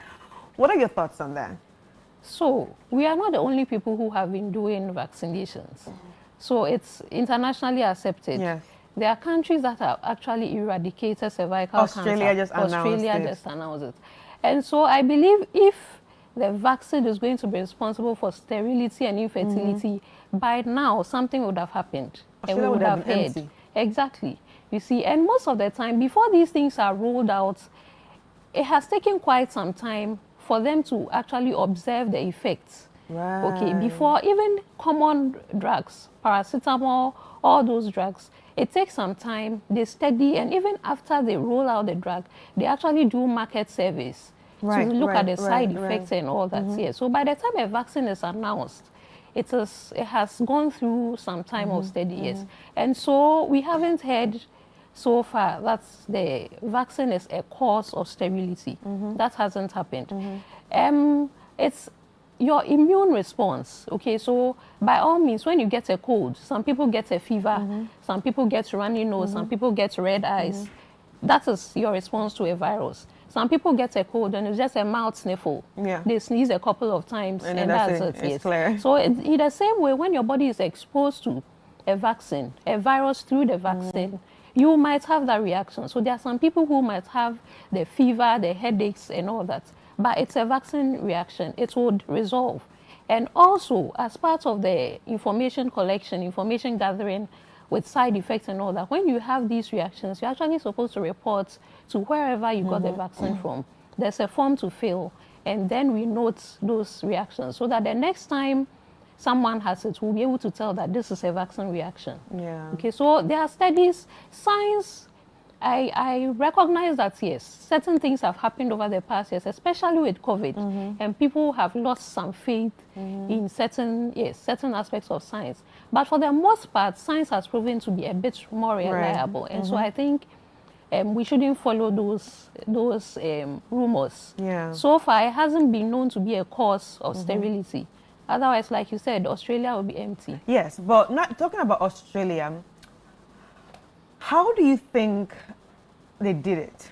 And how long do you think this took for them to get to this stage? Because obviously we have come to learn that in women, breast cancer and cervical cancer are the cancers that kill women quickly, especially in Africa. Yeah, so how do you think they did it to eradicate it there? Is it only the vaccine, or it's also an issue of, oh, you have to keep your immune system strong and all that? So yes, I can't speak specifically for Australia. But say the developed world, yes, the developed world. Generally, information is available, okay, and the political will is there. Okay, so for us, vaccines are largely funded. Right. So all the vaccinations that our children get from the time they are babies to about 6 months, most of them, or largely, they are all funded. Right. We don't have the money to buy our own vaccines. Right. So like we were discussing the other time, they actually piloted HPV vaccination in 2013. Yeah. And we are now in 2026. And we are still talking about yes, and we are still talking about I think I remember the 2013. Yes, yeah. I was in Sweden then, Yeah. so I remember clearly how it went on. And that was when I heard it, that was my first time that I had to go for the swab. pap smear. Yeah, I was like, no, I don't know what this is, but let me just go and swab. So it's taken 13 years or 12 years, because it was last year, 12 years before we have rolled it out. I'm sure it took a shorter time in Australia. Right. But apart from the government having that political will to push for these inclusions in our healthcare system, free vaccinations, we also need free screenings. Yeah, okay, free because not screenings, everybody yeah, can can afford. afford it. Currently, I think the cheapest is the visual inspection with acetic acid. Last year, that was 50 cedis. It's still 50 cedis at my facility, but I'm sure at different places the price might have gone up. Mine was more than that, yeah. Some people still cannot afford it. So for the most part, the preventive aspects of medicine, healthy eating, checking your BPs, checking your blood sugars, doing these screenings are generally not covered by national health insurance. So you have to pay for it. And most people, they feel well. I don't have a headache. I don't have a stomachache. I don't get sick. I don't get sick. Yeah. People come to the consulting room and they say, I haven't gone to hospital in 1 year. 1 year. And they are proud of it. Exactly. So the preventive aspects, we don't really have a hold on it. And it's not part of our healthcare system to encourage people to do that. And so it brings about those issues with early detection. Right. But So it should be. It Yeah. should be a part of our healthcare system. Right. So we actually have 2 questions here. But before we get into that, I just want to go on this. Can we stop this here? I just want to look at this. So this is the normal cervix, right? Yes. This one, the first Yes. one. So the spreading cancer, when it gets to this stage, what can be done? So the normal cervix. So for most of us, this is what our we should cervix have. looks like. When you have the infection, you might get some redness, but it will clear up. It's just like a normal sore. It will clear up and then it's gone. Right. But with persistent infection, then you start getting the virus actually causing changes in the cells around the cervix. And then it might lead to the second picture. Yeah. So is this the one that you call the lesions? These are what we call the lesions. All right. So if you do a VIA at this stage, the VIA will pick up certain things. Before it gets here, if you do a pap smear, your cervix might look normal, but when we do a pap smear, we take it to the lab, we might actually find changes within the cells. If you have a co-testing, that's when they do the pap smear, they actually do a DNA testing on the cells that they find. Your cervix might look normal, but we might find HPV DNA. Yes. So so the co-testing and the pap smear will catch it when the cervix is looking normal. VIA gets to this stage. Before you actually have lesions being florid, you will see an actual tumor, an actual sore. So VIA with might the pick it ascitic, up. can you see this one with the ascitic? Ascitic, before you get that yellow spreading cancer, yes. So they bathe their cervix with vinegar. And where there are patches, we find white patches around the cervix, yes. So those patches, we call them acetowhite lesions. Some of them might be lesions that are caused by HPV. So at that stage, you can actually do electrocautery. So we can actually freeze it, we can burn it. And it's a simple procedure that can be done in a single day in the office, and you go home. That's it. Then you can get to the tumors actually presenting. So those ones, when we do a normal cervical examination, a pelvic examination, we can see it. By then, it's actually gone quite a bit far. So with that, can anything be done if it's this size? Oh yes, if it's before it spreads into the pelvic organs, yes. If it's gone beyond the vaginal wall, it can go into the ureters where urine passes, and so it causes blockage and your kidneys get involved. Yes. So once it gets to that stage, then we are running into real trouble.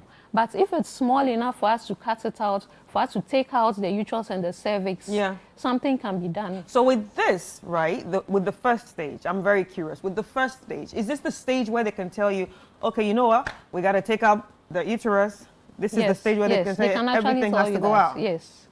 Yes, they can tell you that. So that means you're going to surgery. You are going into surgery. Everything coming out. Everything is taken out. You might have some radiotherapy also given to you. Yes. All right. Thank you so much. I don't even want to get here because because we don't want anyone we don't want to get here because this is already them saying, okay, we have to just prepare you to be, going to a better place. Well, anyway, so we have a question here, still on this issue. So please ask the doctor whether the cancer can return even after cleared. So now this is why I asked this question. So with the one that you said, if they see the lesions, right, with the ascitic, and they do the the cryotherapy or electrocautery, and whatever, can it come back? Yes, cancer can always come back.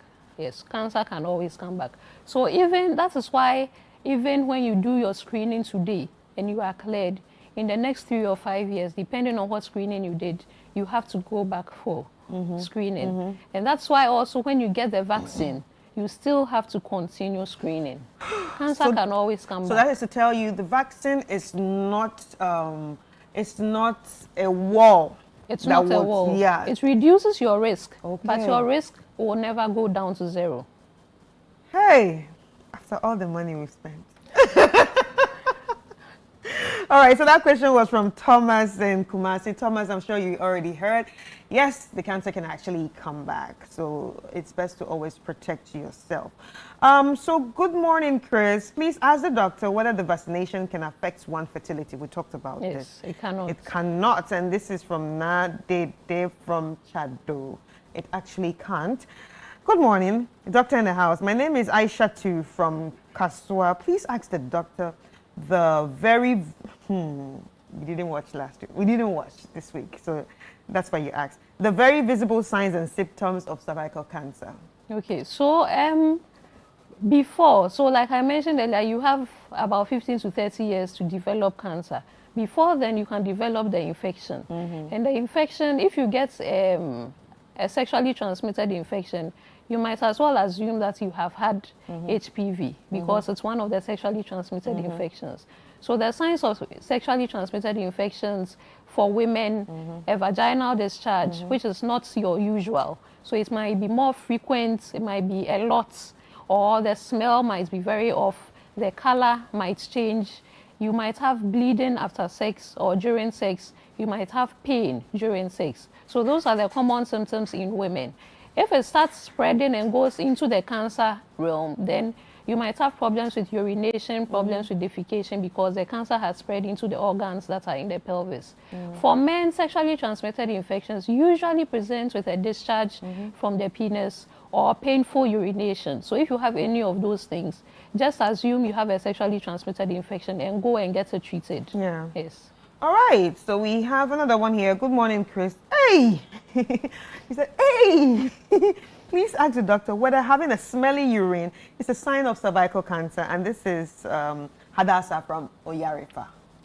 So smelly urine can have different causes. It can even be from what you have eaten. Yes. Especially or garlic. Some medications, yes. People that eat garlic raw yes. have So very you can smelly have all urine. those things. So it doesn't necessarily mean you have cervical cancer, but importantly, for both women and men, it can mean you have a urine tract infection. UTI? Yes, a UTI, and so you need to go and get it checked. Wow, this is my first time hearing that UTI Yes, actually can yes, also you can stink. have, yes, you can have smelly urine. Wow. I don't even know what to say at this point because this is very important that we, know. And I really appreciate the fact that we are talking about it. But when we talk about cervical cancer in Ghana, where are we? So it's... Has it reduced compared to what it used to be? Unfortunately, we don't have data. We don't have that data. So it is still the second most frequent cancer in women, and it is still the second most frequent cause of cancer deaths in women. Worldwide, it is the fourth most frequent cancer in women. It hasn't changed. It's still the same. So worldwide is the fourth? Yes. But in Ghana, it's the second? It's the second after breast cancer. Yes. All right. Good morning, madam. Please kindly ask the doctor if you have an immature cervix, what will be the cause? I don't know what that means.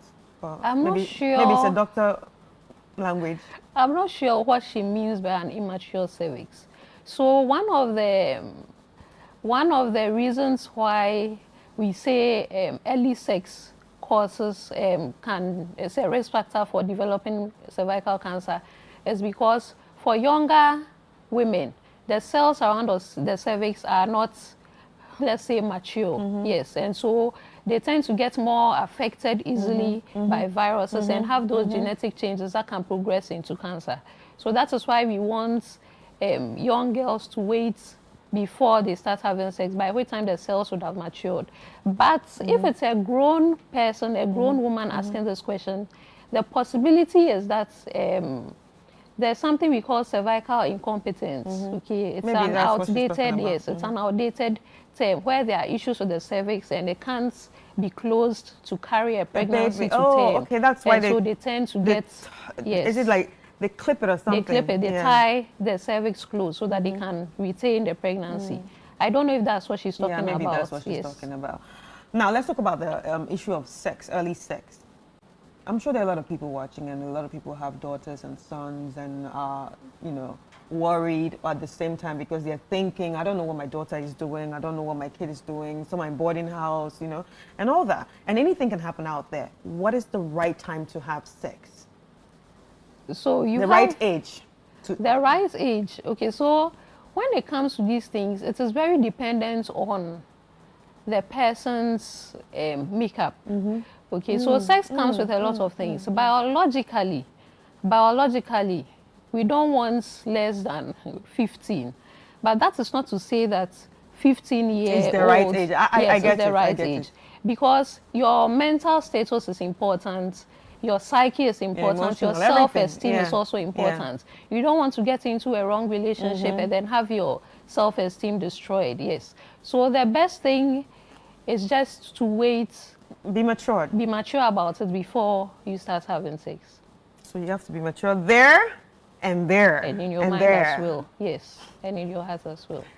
But protection is very important. Very, very. Now, when it comes to protection, it's not just protection against pregnancy, because this is a sexually transmitted infection. So you need to use the barrier methods, which are the condoms. The condoms. There are male condoms, there are female condoms. If you want to go into other kinds of sex, there are also various barriers. Yes, there's the oral dam that they use. Yes, so all those things are there. There's a vaginal dam, so it's a latex that is put over the genitals during oral sex to protect. Where can we get that? Unfortunately, it is not very common. So you might have to ask around at the main, the big pharmacies. I really think it's important. It's important. I really think it's important because I feel like sex have evolved. A lot of things, people are doing things with different parts of their body, their mouth and all that. And because this HPV has different strains, I also saw that some can give you the throat cancer. They can give you throat cancer, yes, oral cancers. So it's important to protect yourself everywhere. So that's why I asked, where can we get that? So just visit the main hospitals, the main big pharmacies. I don't want to mention. Don't worry. After the show, after the show, you can call us to ask if I get it. You can call my producers with the same number. We will let you know. We all need to protect ourselves. Yes, and it's also important to mention that a lot of people, when they think about these things, they are thinking just about man-woman sex. But like you said, sex has evolved. So women can also transmit HPV to one another. So it's important. Are you serious? And it's not just about penetrative sex, all forms of sex. So all forms of sex can actually transmit the virus. So it's important because there's anal cancer, there's penile cancer, there's oral throat cancer and all the oral cancers. So it's very important that you protect yourself. So what about, see, now I have to go a top notch. What about fingering? Also. Once there's any kind, like are there finger condoms? Because right now it seems like everything, you just need to protect yourself. Like just wear a big barrier at this point. Yes, or be very selective about who you are sleeping with. Yes, that's another thing. That's another thing. Because the last time I spoke to a nurse on this issue of cervical cancer, she said a woman can be cleared of the HPV and be faithful to her partner, but the partner is not vaccinated. It's not, he has no protective barrier on him. He or she has no protective barrier, but still bring it back. Yes. And I also saw another video where a man talked about, we are asking women to take these vaccines, and take these vaccines, and they protect themselves. What about the men? So with that, would you say it's important for couples to actually say, okay, if I'm taking this vaccine, you have to take it too? You can do that. So now this is not about the little boys anymore, the adult men. Yes, it reduces the risk. Yeah. It reduces the risk. But that is not to say that once you take the vaccine, I know. you are free. At least to be, It reduces the risk. Any final words? So, I'm happy we've had this conversation because a lot of times people are very squeamish talking about sexual issues. But cervical cancer is killing a lot of women, and it is a sexually transmitted infection largely. And so it's important we have these conversations. People go for screening. If you can get the vaccine, get it. Allow your young girls and your young boys to also get the vaccination. Then we would have a reduction in the mortality. All right. Thank you so much. Thank you so much. Very much. I really enjoyed this conversation. It has opened my eye to a lot of things. And after the show, I'm coming to ask you where to get all these, the other ones, Anyway, Dr. Anita M. Tebow, family physician at Korle Bu Polyclinic and Family Medicine Department, and also a member of MWAG. So we've been talking about the vaccinations when it has to do with cervical cancer. Please go out there, go screen, take the vaccinations, and thank you for everyone that sent in their questions. I hope I hope you got the right answers. Don't just watch, tell a friend to tell a friend to tell a friend. Get screened, get vaccinated. Even when you get vaccinated, still go out there and get screened. Thank you so much, Doc. Ladies and gentlemen, this has been Doctor in the House. My name is Chris Carter. See you next week.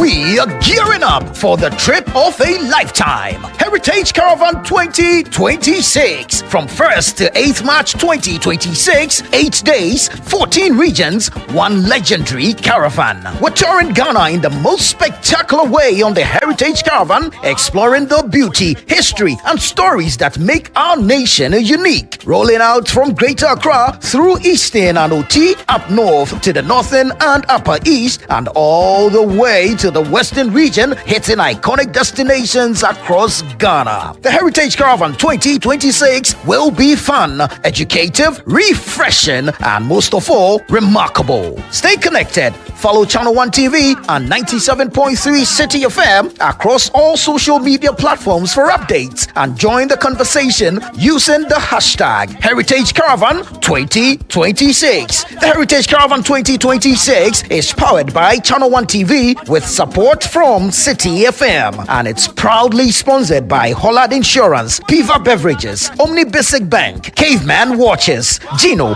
and Didi Shito, and it's supported by Nanes Rice. Heritage Caravan 2026, experience Ghana like never before.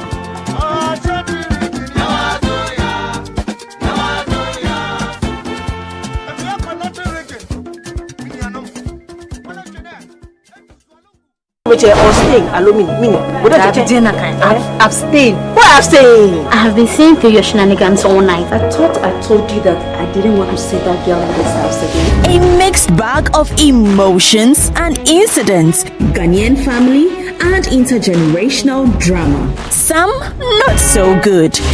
That boy, that womanizer. You are old enough. I would like you to man up. In other cases, not so bad. So does he see in her that he's not seeing in me? Look at me. Eugene and Anekia made a choice. You won't believe what Pam and Naneke have done to me. Watch out for So So. A brand new series from GH Media Productions. So So. Thursday at 7:30 p.m. only on Channel 1 TV.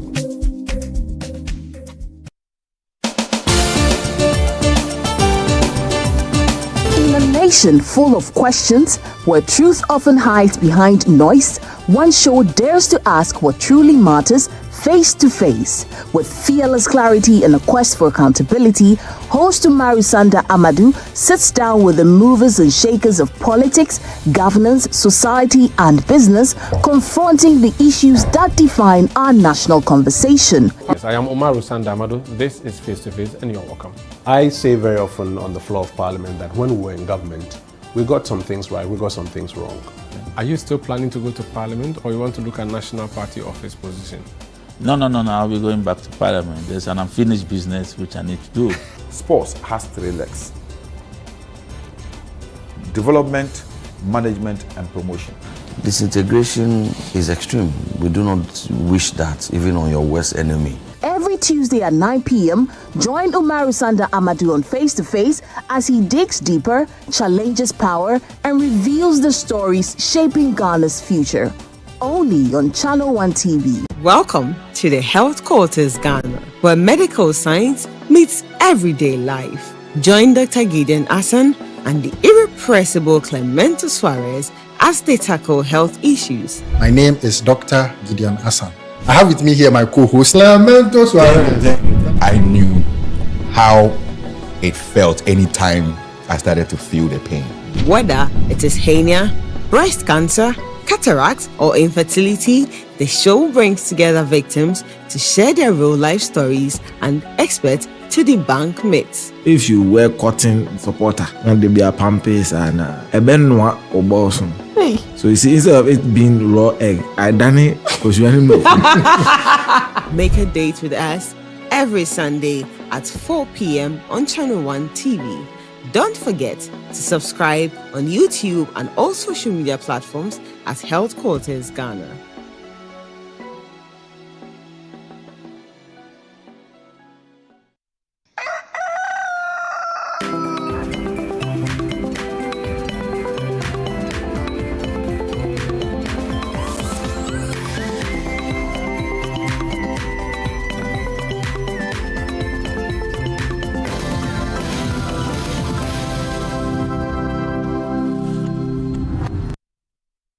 And of course, with the nurse in the studio. And that was the doctor in the house segment. It's now time for us to talk about another interesting thing here on set, and that has to do with the community legends. You've heard of it. We've moved away from receiving the entries. What next is for us to read the entries to you, the exciting ones. And who is in-house to do that for us? Kweku David. Yeah. Kweku David. Yeah.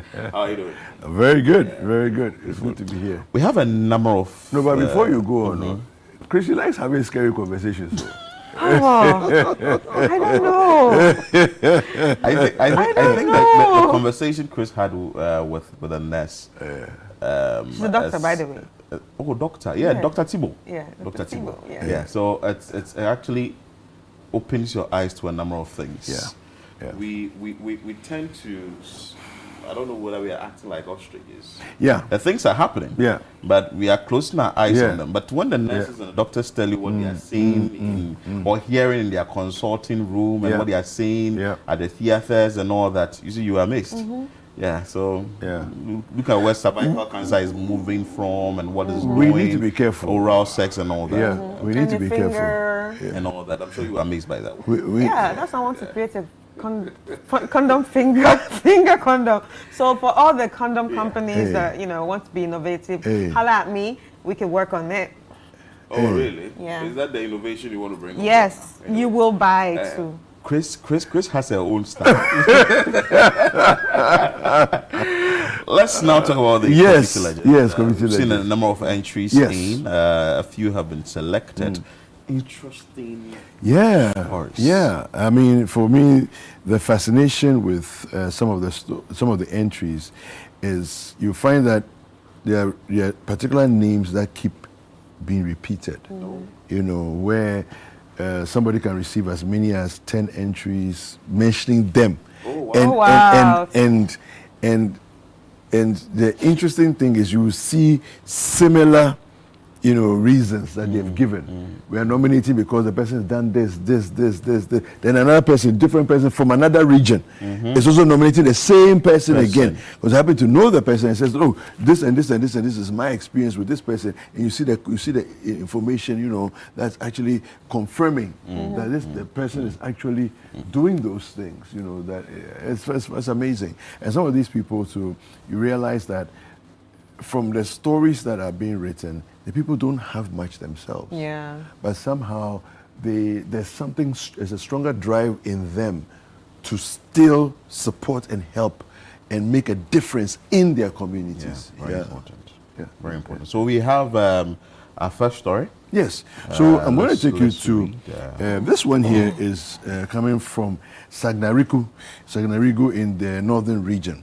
All right. So again, I would like to say that the entries have come from all over the country, right? And this is actually was sent in by the DCE himself. Yes, the DCE for Nanumba South District is the one who sent in this nomination. Okay, so let's get right into it. So Hansawu Bukari is a teacher and a community education advocate who has directly supported over 200 children through literacy interventions rooted in storytelling and indigenous folk songs, with a strong focus on struggling and early grade readers.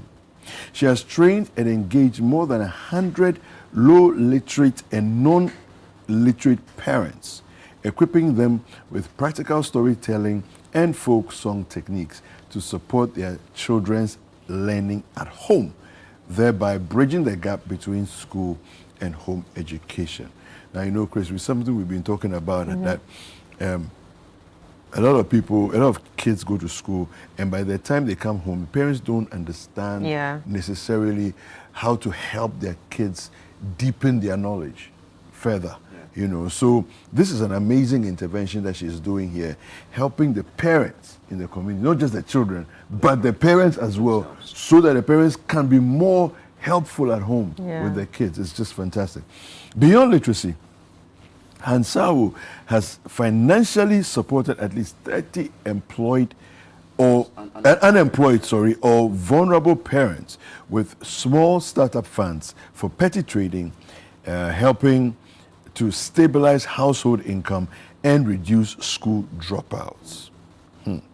Using her personal resources, and this is the part that amazes me, using her personal resources, she has sewn and provided school uniforms for over 50 needy children. She has supplied school bags, sandals to over 80 pupils. Then she has painted, maintained, and resourced her classrooms annually. It's something she does, benefiting hundreds of learners over multiple academic years. Now she has purchased and provided teaching and learning materials for many pupils who would otherwise go without. Okay. All this is coming from her resources. Her own resources. She's doing all of this, you know. And as if that was not enough, the person goes on further to say, okay, so this is why she deserves recognition. Hansawo Bukari goes far beyond the classroom to address education holistically, combining literacy development, cultural preservation, parental empowerment, and economic support to ensure that no child is left behind. Her work has improved reading confidence, increased parental involvement, reduced absenteeism, and helped keep dozens of vulnerable children in school.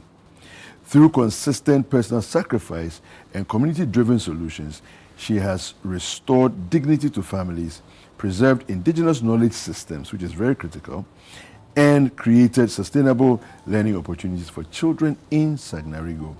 Her impact is measurable, multi-generational, deeply transformative, making her a true community legend, deserving of recognition. That's interesting. That's a good one. So, wow, wow. And I like the fact that she's taken away from the children and she's moved to the parents to the themselves homes, to equip these parents so that you'll be able to monitor your children. Yeah. So she's trying to boost the educational sector in her own small way that she can do it. Yeah. And she's doing it holistically. Yeah, but it also shows a deeper understanding of what education really is, you know, and what it's all about, you know, because once you empower the parents, it's like your contact hours with the kids increase. It's true. Through the parent. Yeah. Once you empower the parents, your contact hours, so you have maybe, 6, 7, 8 hours with the children in school. But once you empower the parents, you can extend that further. Yeah. You know, and the parents can even help the children with things like homework. Yeah. You know, and so on. So I think it's just beautiful work. Congratulations. Yeah. All right, let me take you to, so that was Sagnarigo in the northern region. I'm going to take you to Sunyani. And this one, I'm honored to nominate Mr. Humpe Anthony Kojo, based in Sunyani, for this award in recognition of his exceptional leadership and sustained voluntary service to community development. Now, Mr. Humpe Anthony Kojo is the Sunyani project leader of the German Ghanaian NGO Technology Without Borders, and has been an active member since 2016. His volunteer work focuses on sustainable development, education, water access, renewable energy, environmental sustainability, digital inclusion. Now, so what he's done, I'm going to take you to that. The activities outlined below were undertaken purely on a voluntary basis. All right. So his work spans the Bono region, Oti region, Ashanti region, and the Sunyani municipality. Okay. So in 2025, Mr. Anthony led and coordinated the repair of broken boreholes in 14 communities across the Bono and Oti regions, restoring access to safe drinking water. This alone, for me, is a game changer. Yeah, because here on the show, we've spoken talking about water. Yeah. Water, access to water. Potable water. Potable water. And if there are people within their communities, they have boreholes. Yeah. But the boreholes are broken. So and you don't have access to water. So he's going around identifying broken ones, boreholes, fixing them so that people can get water. People can have water. Yeah. Yeah. He also led ICT and digital learning interventions at St. Anselm Basic School, Sunyani. Laptops were donated and an offline educational server was configured to enable students to access educational videos and submit assignments without internet access. Beautiful. This is fascinating. Notre Dame Girls Senior High School in Sunyani, a computer configured as a server was donated and teachers were trained to enhance digital teaching and learning. In Drobo, in the Bono region, Mr. Anthony coordinated the installation of solar panels at African Future Kids, a school run by Mr. Stephen Techi, a Ghanaian citizen based in Germany. And the project was supported by Technology Without Borders as part of its commitment to giving back to society and implemented in collaboration with the technical team from Germany. So you see this one man, he's working at a company, he's bringing his company, he's involving his company, he's involving other people back, from anywhere, all of them, pulling everybody in. We are going to give up, going to give back. He also coordinated a menstrual hygiene education program. And this will really excite Chris. No, and me, to me, it excites me because this is, we talk about period poverty, and bringing it. Because it puts them in vulnerable situations. Yes. Or makes them exposed. Some don't even go to school because of that. And you'll be collecting money from somebody who will also be doing things with you because you need to buy the part, things, so. Wow, this is interesting. And then you get pregnant. So eventually. Before you realize, So he also donated, he also coordinated a menstrual hygiene education program and sanitation pad donation at Kurosua, a suburb of Sunyani municipality, supporting adolescent girls' health and dignity. As if that's not enough, we're going to environmental sustainability. Wow. Yeah. So Mr. Anthony further demonstrated leadership in environmental sustainability by leading recycling education workshops for 18 schools in the Sunyani municipality. This project was carried out in collaboration with the Ghana Education Service, Sunyani Municipal, and the Sunyani Municipal Environmental Health Office. As part of the initiative, he coordinated the donation of waste bins to participating schools, where collected waste is sent to a recycling company for processing. The weight of recyclable waste is tracked, and proceeds are generated are sent back to the schools to support the schools' activities. And then he names a number of the schools. There's about 8 of the schools that are named here, and goes on. And he talks about other, past efforts that he's the same Mr. Anthony has made, and so on and so forth. So these are, and this was sent in by Beatrice Ya-Efa Afihuma, who also works with Technology Without Borders, but she's commending her colleague too, and says, look, this man is amazing, so done so much. How many are you selecting for? We're looking at the top 10. It will be difficult for you, for. Yes. we are bracing ourselves as we go, but there's some pretty impressive stories. Wow. And so the ones we are reading now, as amazing as they are not necessarily an indication of who's going to be in the top 10. All right, so we are still going through the process. We will shortlist the top 10, and then we will announce that.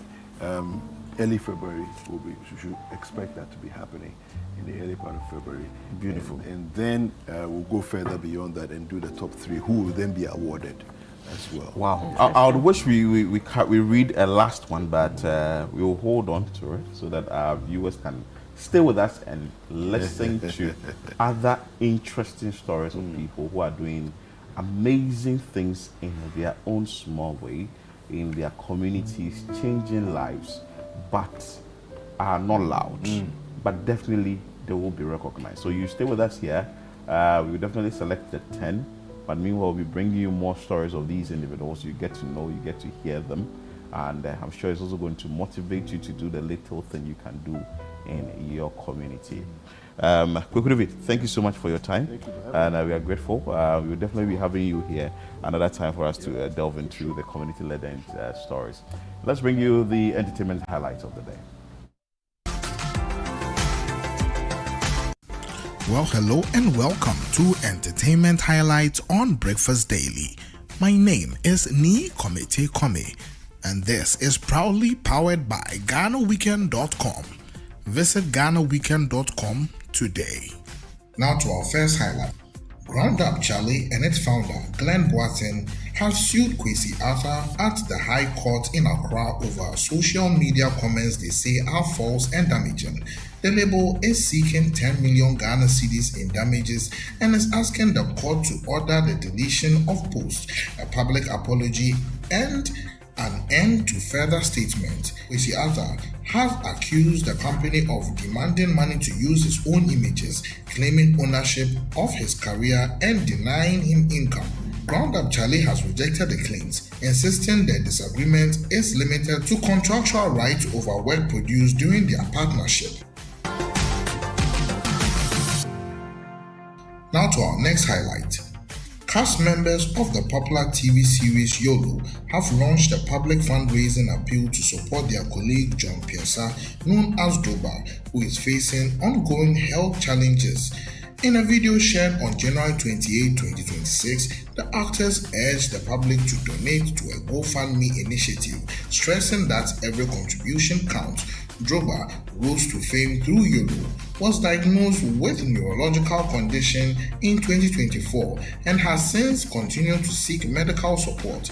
The cast says the fundraiser aims to help him access proper treatment and reach individuals or institutions able to assist. Hello everybody, my name is Aaron Adachi. Hi everybody, my name is Chief.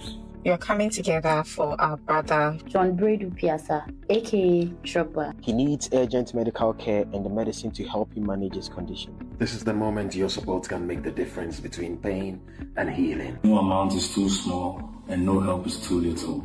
We are calling on the general public, NGOs, and government health institutions. High-life musician Jay Adolfo has publicly thanked President John Dramani Mahama for supporting him throughout a period of illness. Now, in a radio interview shared on January 27, 2026, the Ankwanobi hitmaker revealed that the president has been providing him with monthly financial assistance to help cover medical expenses.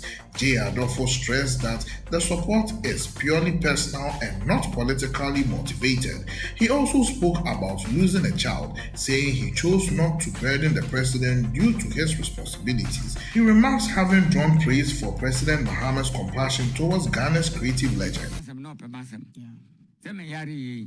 President Mahama, Mr. Beautiful. Or the Niama Breme. What this guy can was a member bedroom. What is a mayari? Last but not the least highlight. Popular Nigerian TikToker and streamer Pella has withdrawn from Caleb University just 2 days after resuming lectures. In a voice note that surfaced online, he explained that the traditional classroom system does not fit his current style or career as a content creator. Pella said spending long hours in lectures without earning money felt unproductive and mentally exhausting. He also mentioned feeling out of place among other classmates, adding jokingly that he might return to university later in life.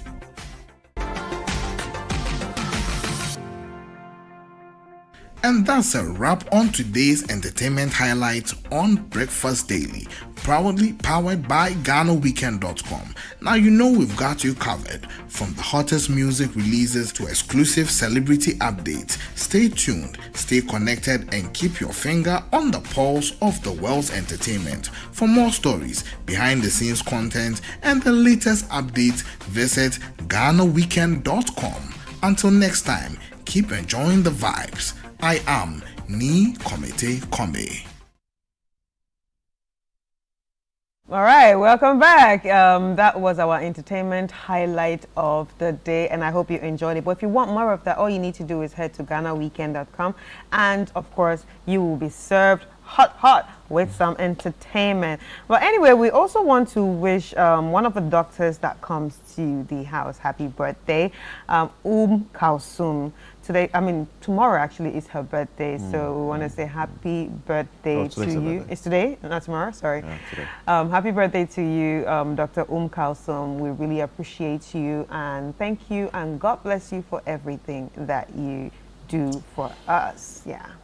So we're about to wrap up. We have some few minutes to go. Chris, there was a comment on the TikTok thing. Yes. A comment on the TikTok. Yeah, you know, we started talking about TikTok. Yeah, so let me go back to that message. The person says that we are dancing too much on social media. I just want you to read that comment. He said, "Good morning, guys. God bless you for the good job. I agree with the lady 100%. I am the lady on the issue of TikTok. We danced he didn't just put too much. If not dancing, then talking about sex.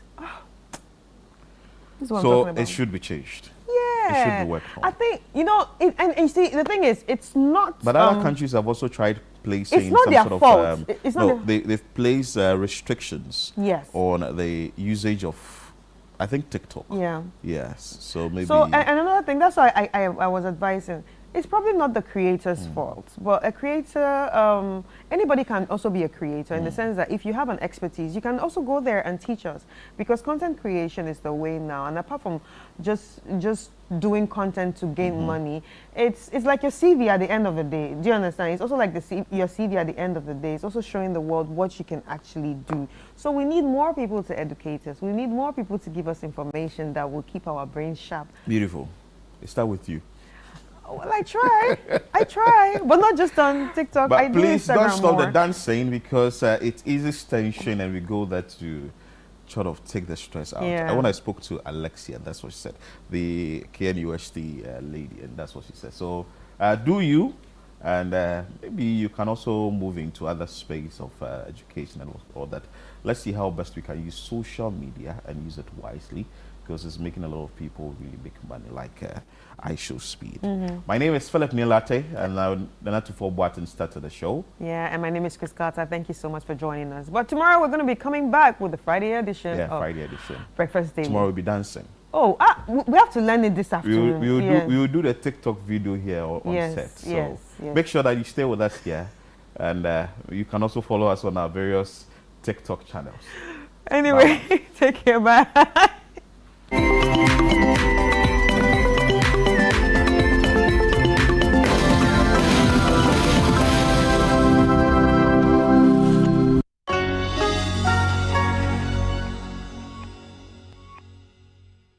Are you planning to relocate from your company office or house, whether across cities to another town or halfway around the country? You want a moving company you can depend on to get you there? Let me introduce you to Logistics Movers. We are here to help you every step of the way, from planning the move to unpacking the last box and settling into your office or home. We have the expertise, experience, and market understanding, and offer fast, reliable, and professional transportation services in Ghana. Our main thrust is to successfully move your business, household items safely, on time, and hassle-free. You can call us on 0246 833 539 or 0244 342 465. You can also send us an email to info@logisticsmovers.com or check our website www.logisticsmovers.com. Why expose your company or household items to theft or damages when you are relocating if it's avoidable? Logistics Movers, we help you relocate. Let's get into the world of sports like never before. You know how we do it on Fridays. Join us every Friday at 7 p.m. on 97.3 City FM for Sports Panorama, your ultimate destination for all things sports. One of the biggest scandals in this country's history. You can't spend 250 million USD and come out with that.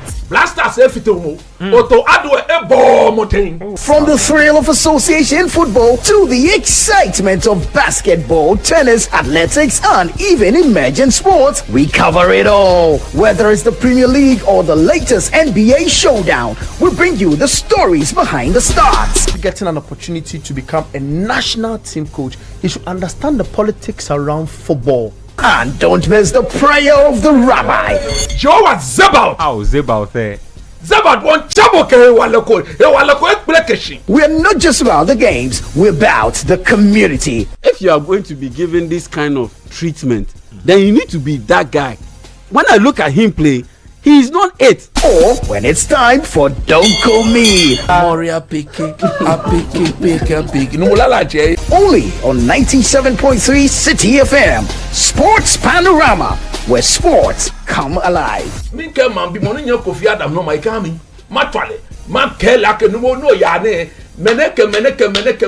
say one shako ba club me fake DJ ni wo hia ka wo hye ye Yesu gba mi amen. Sports Panorama, your weekly sports fix. Don't miss out on the action. Sports Panorama, catch the excitement every Friday.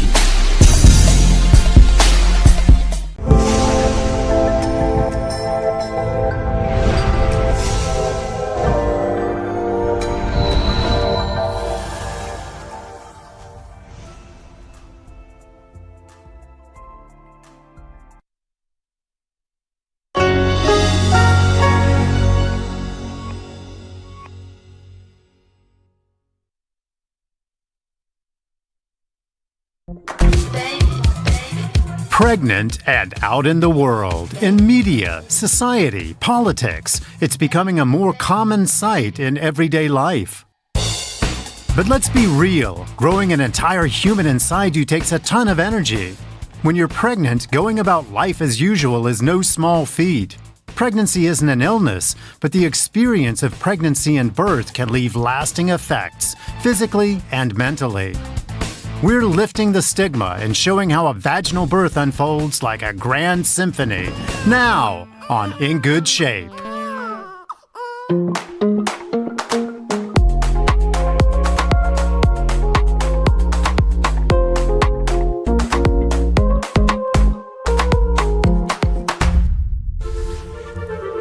Imagine a perfectly rehearsed orchestra.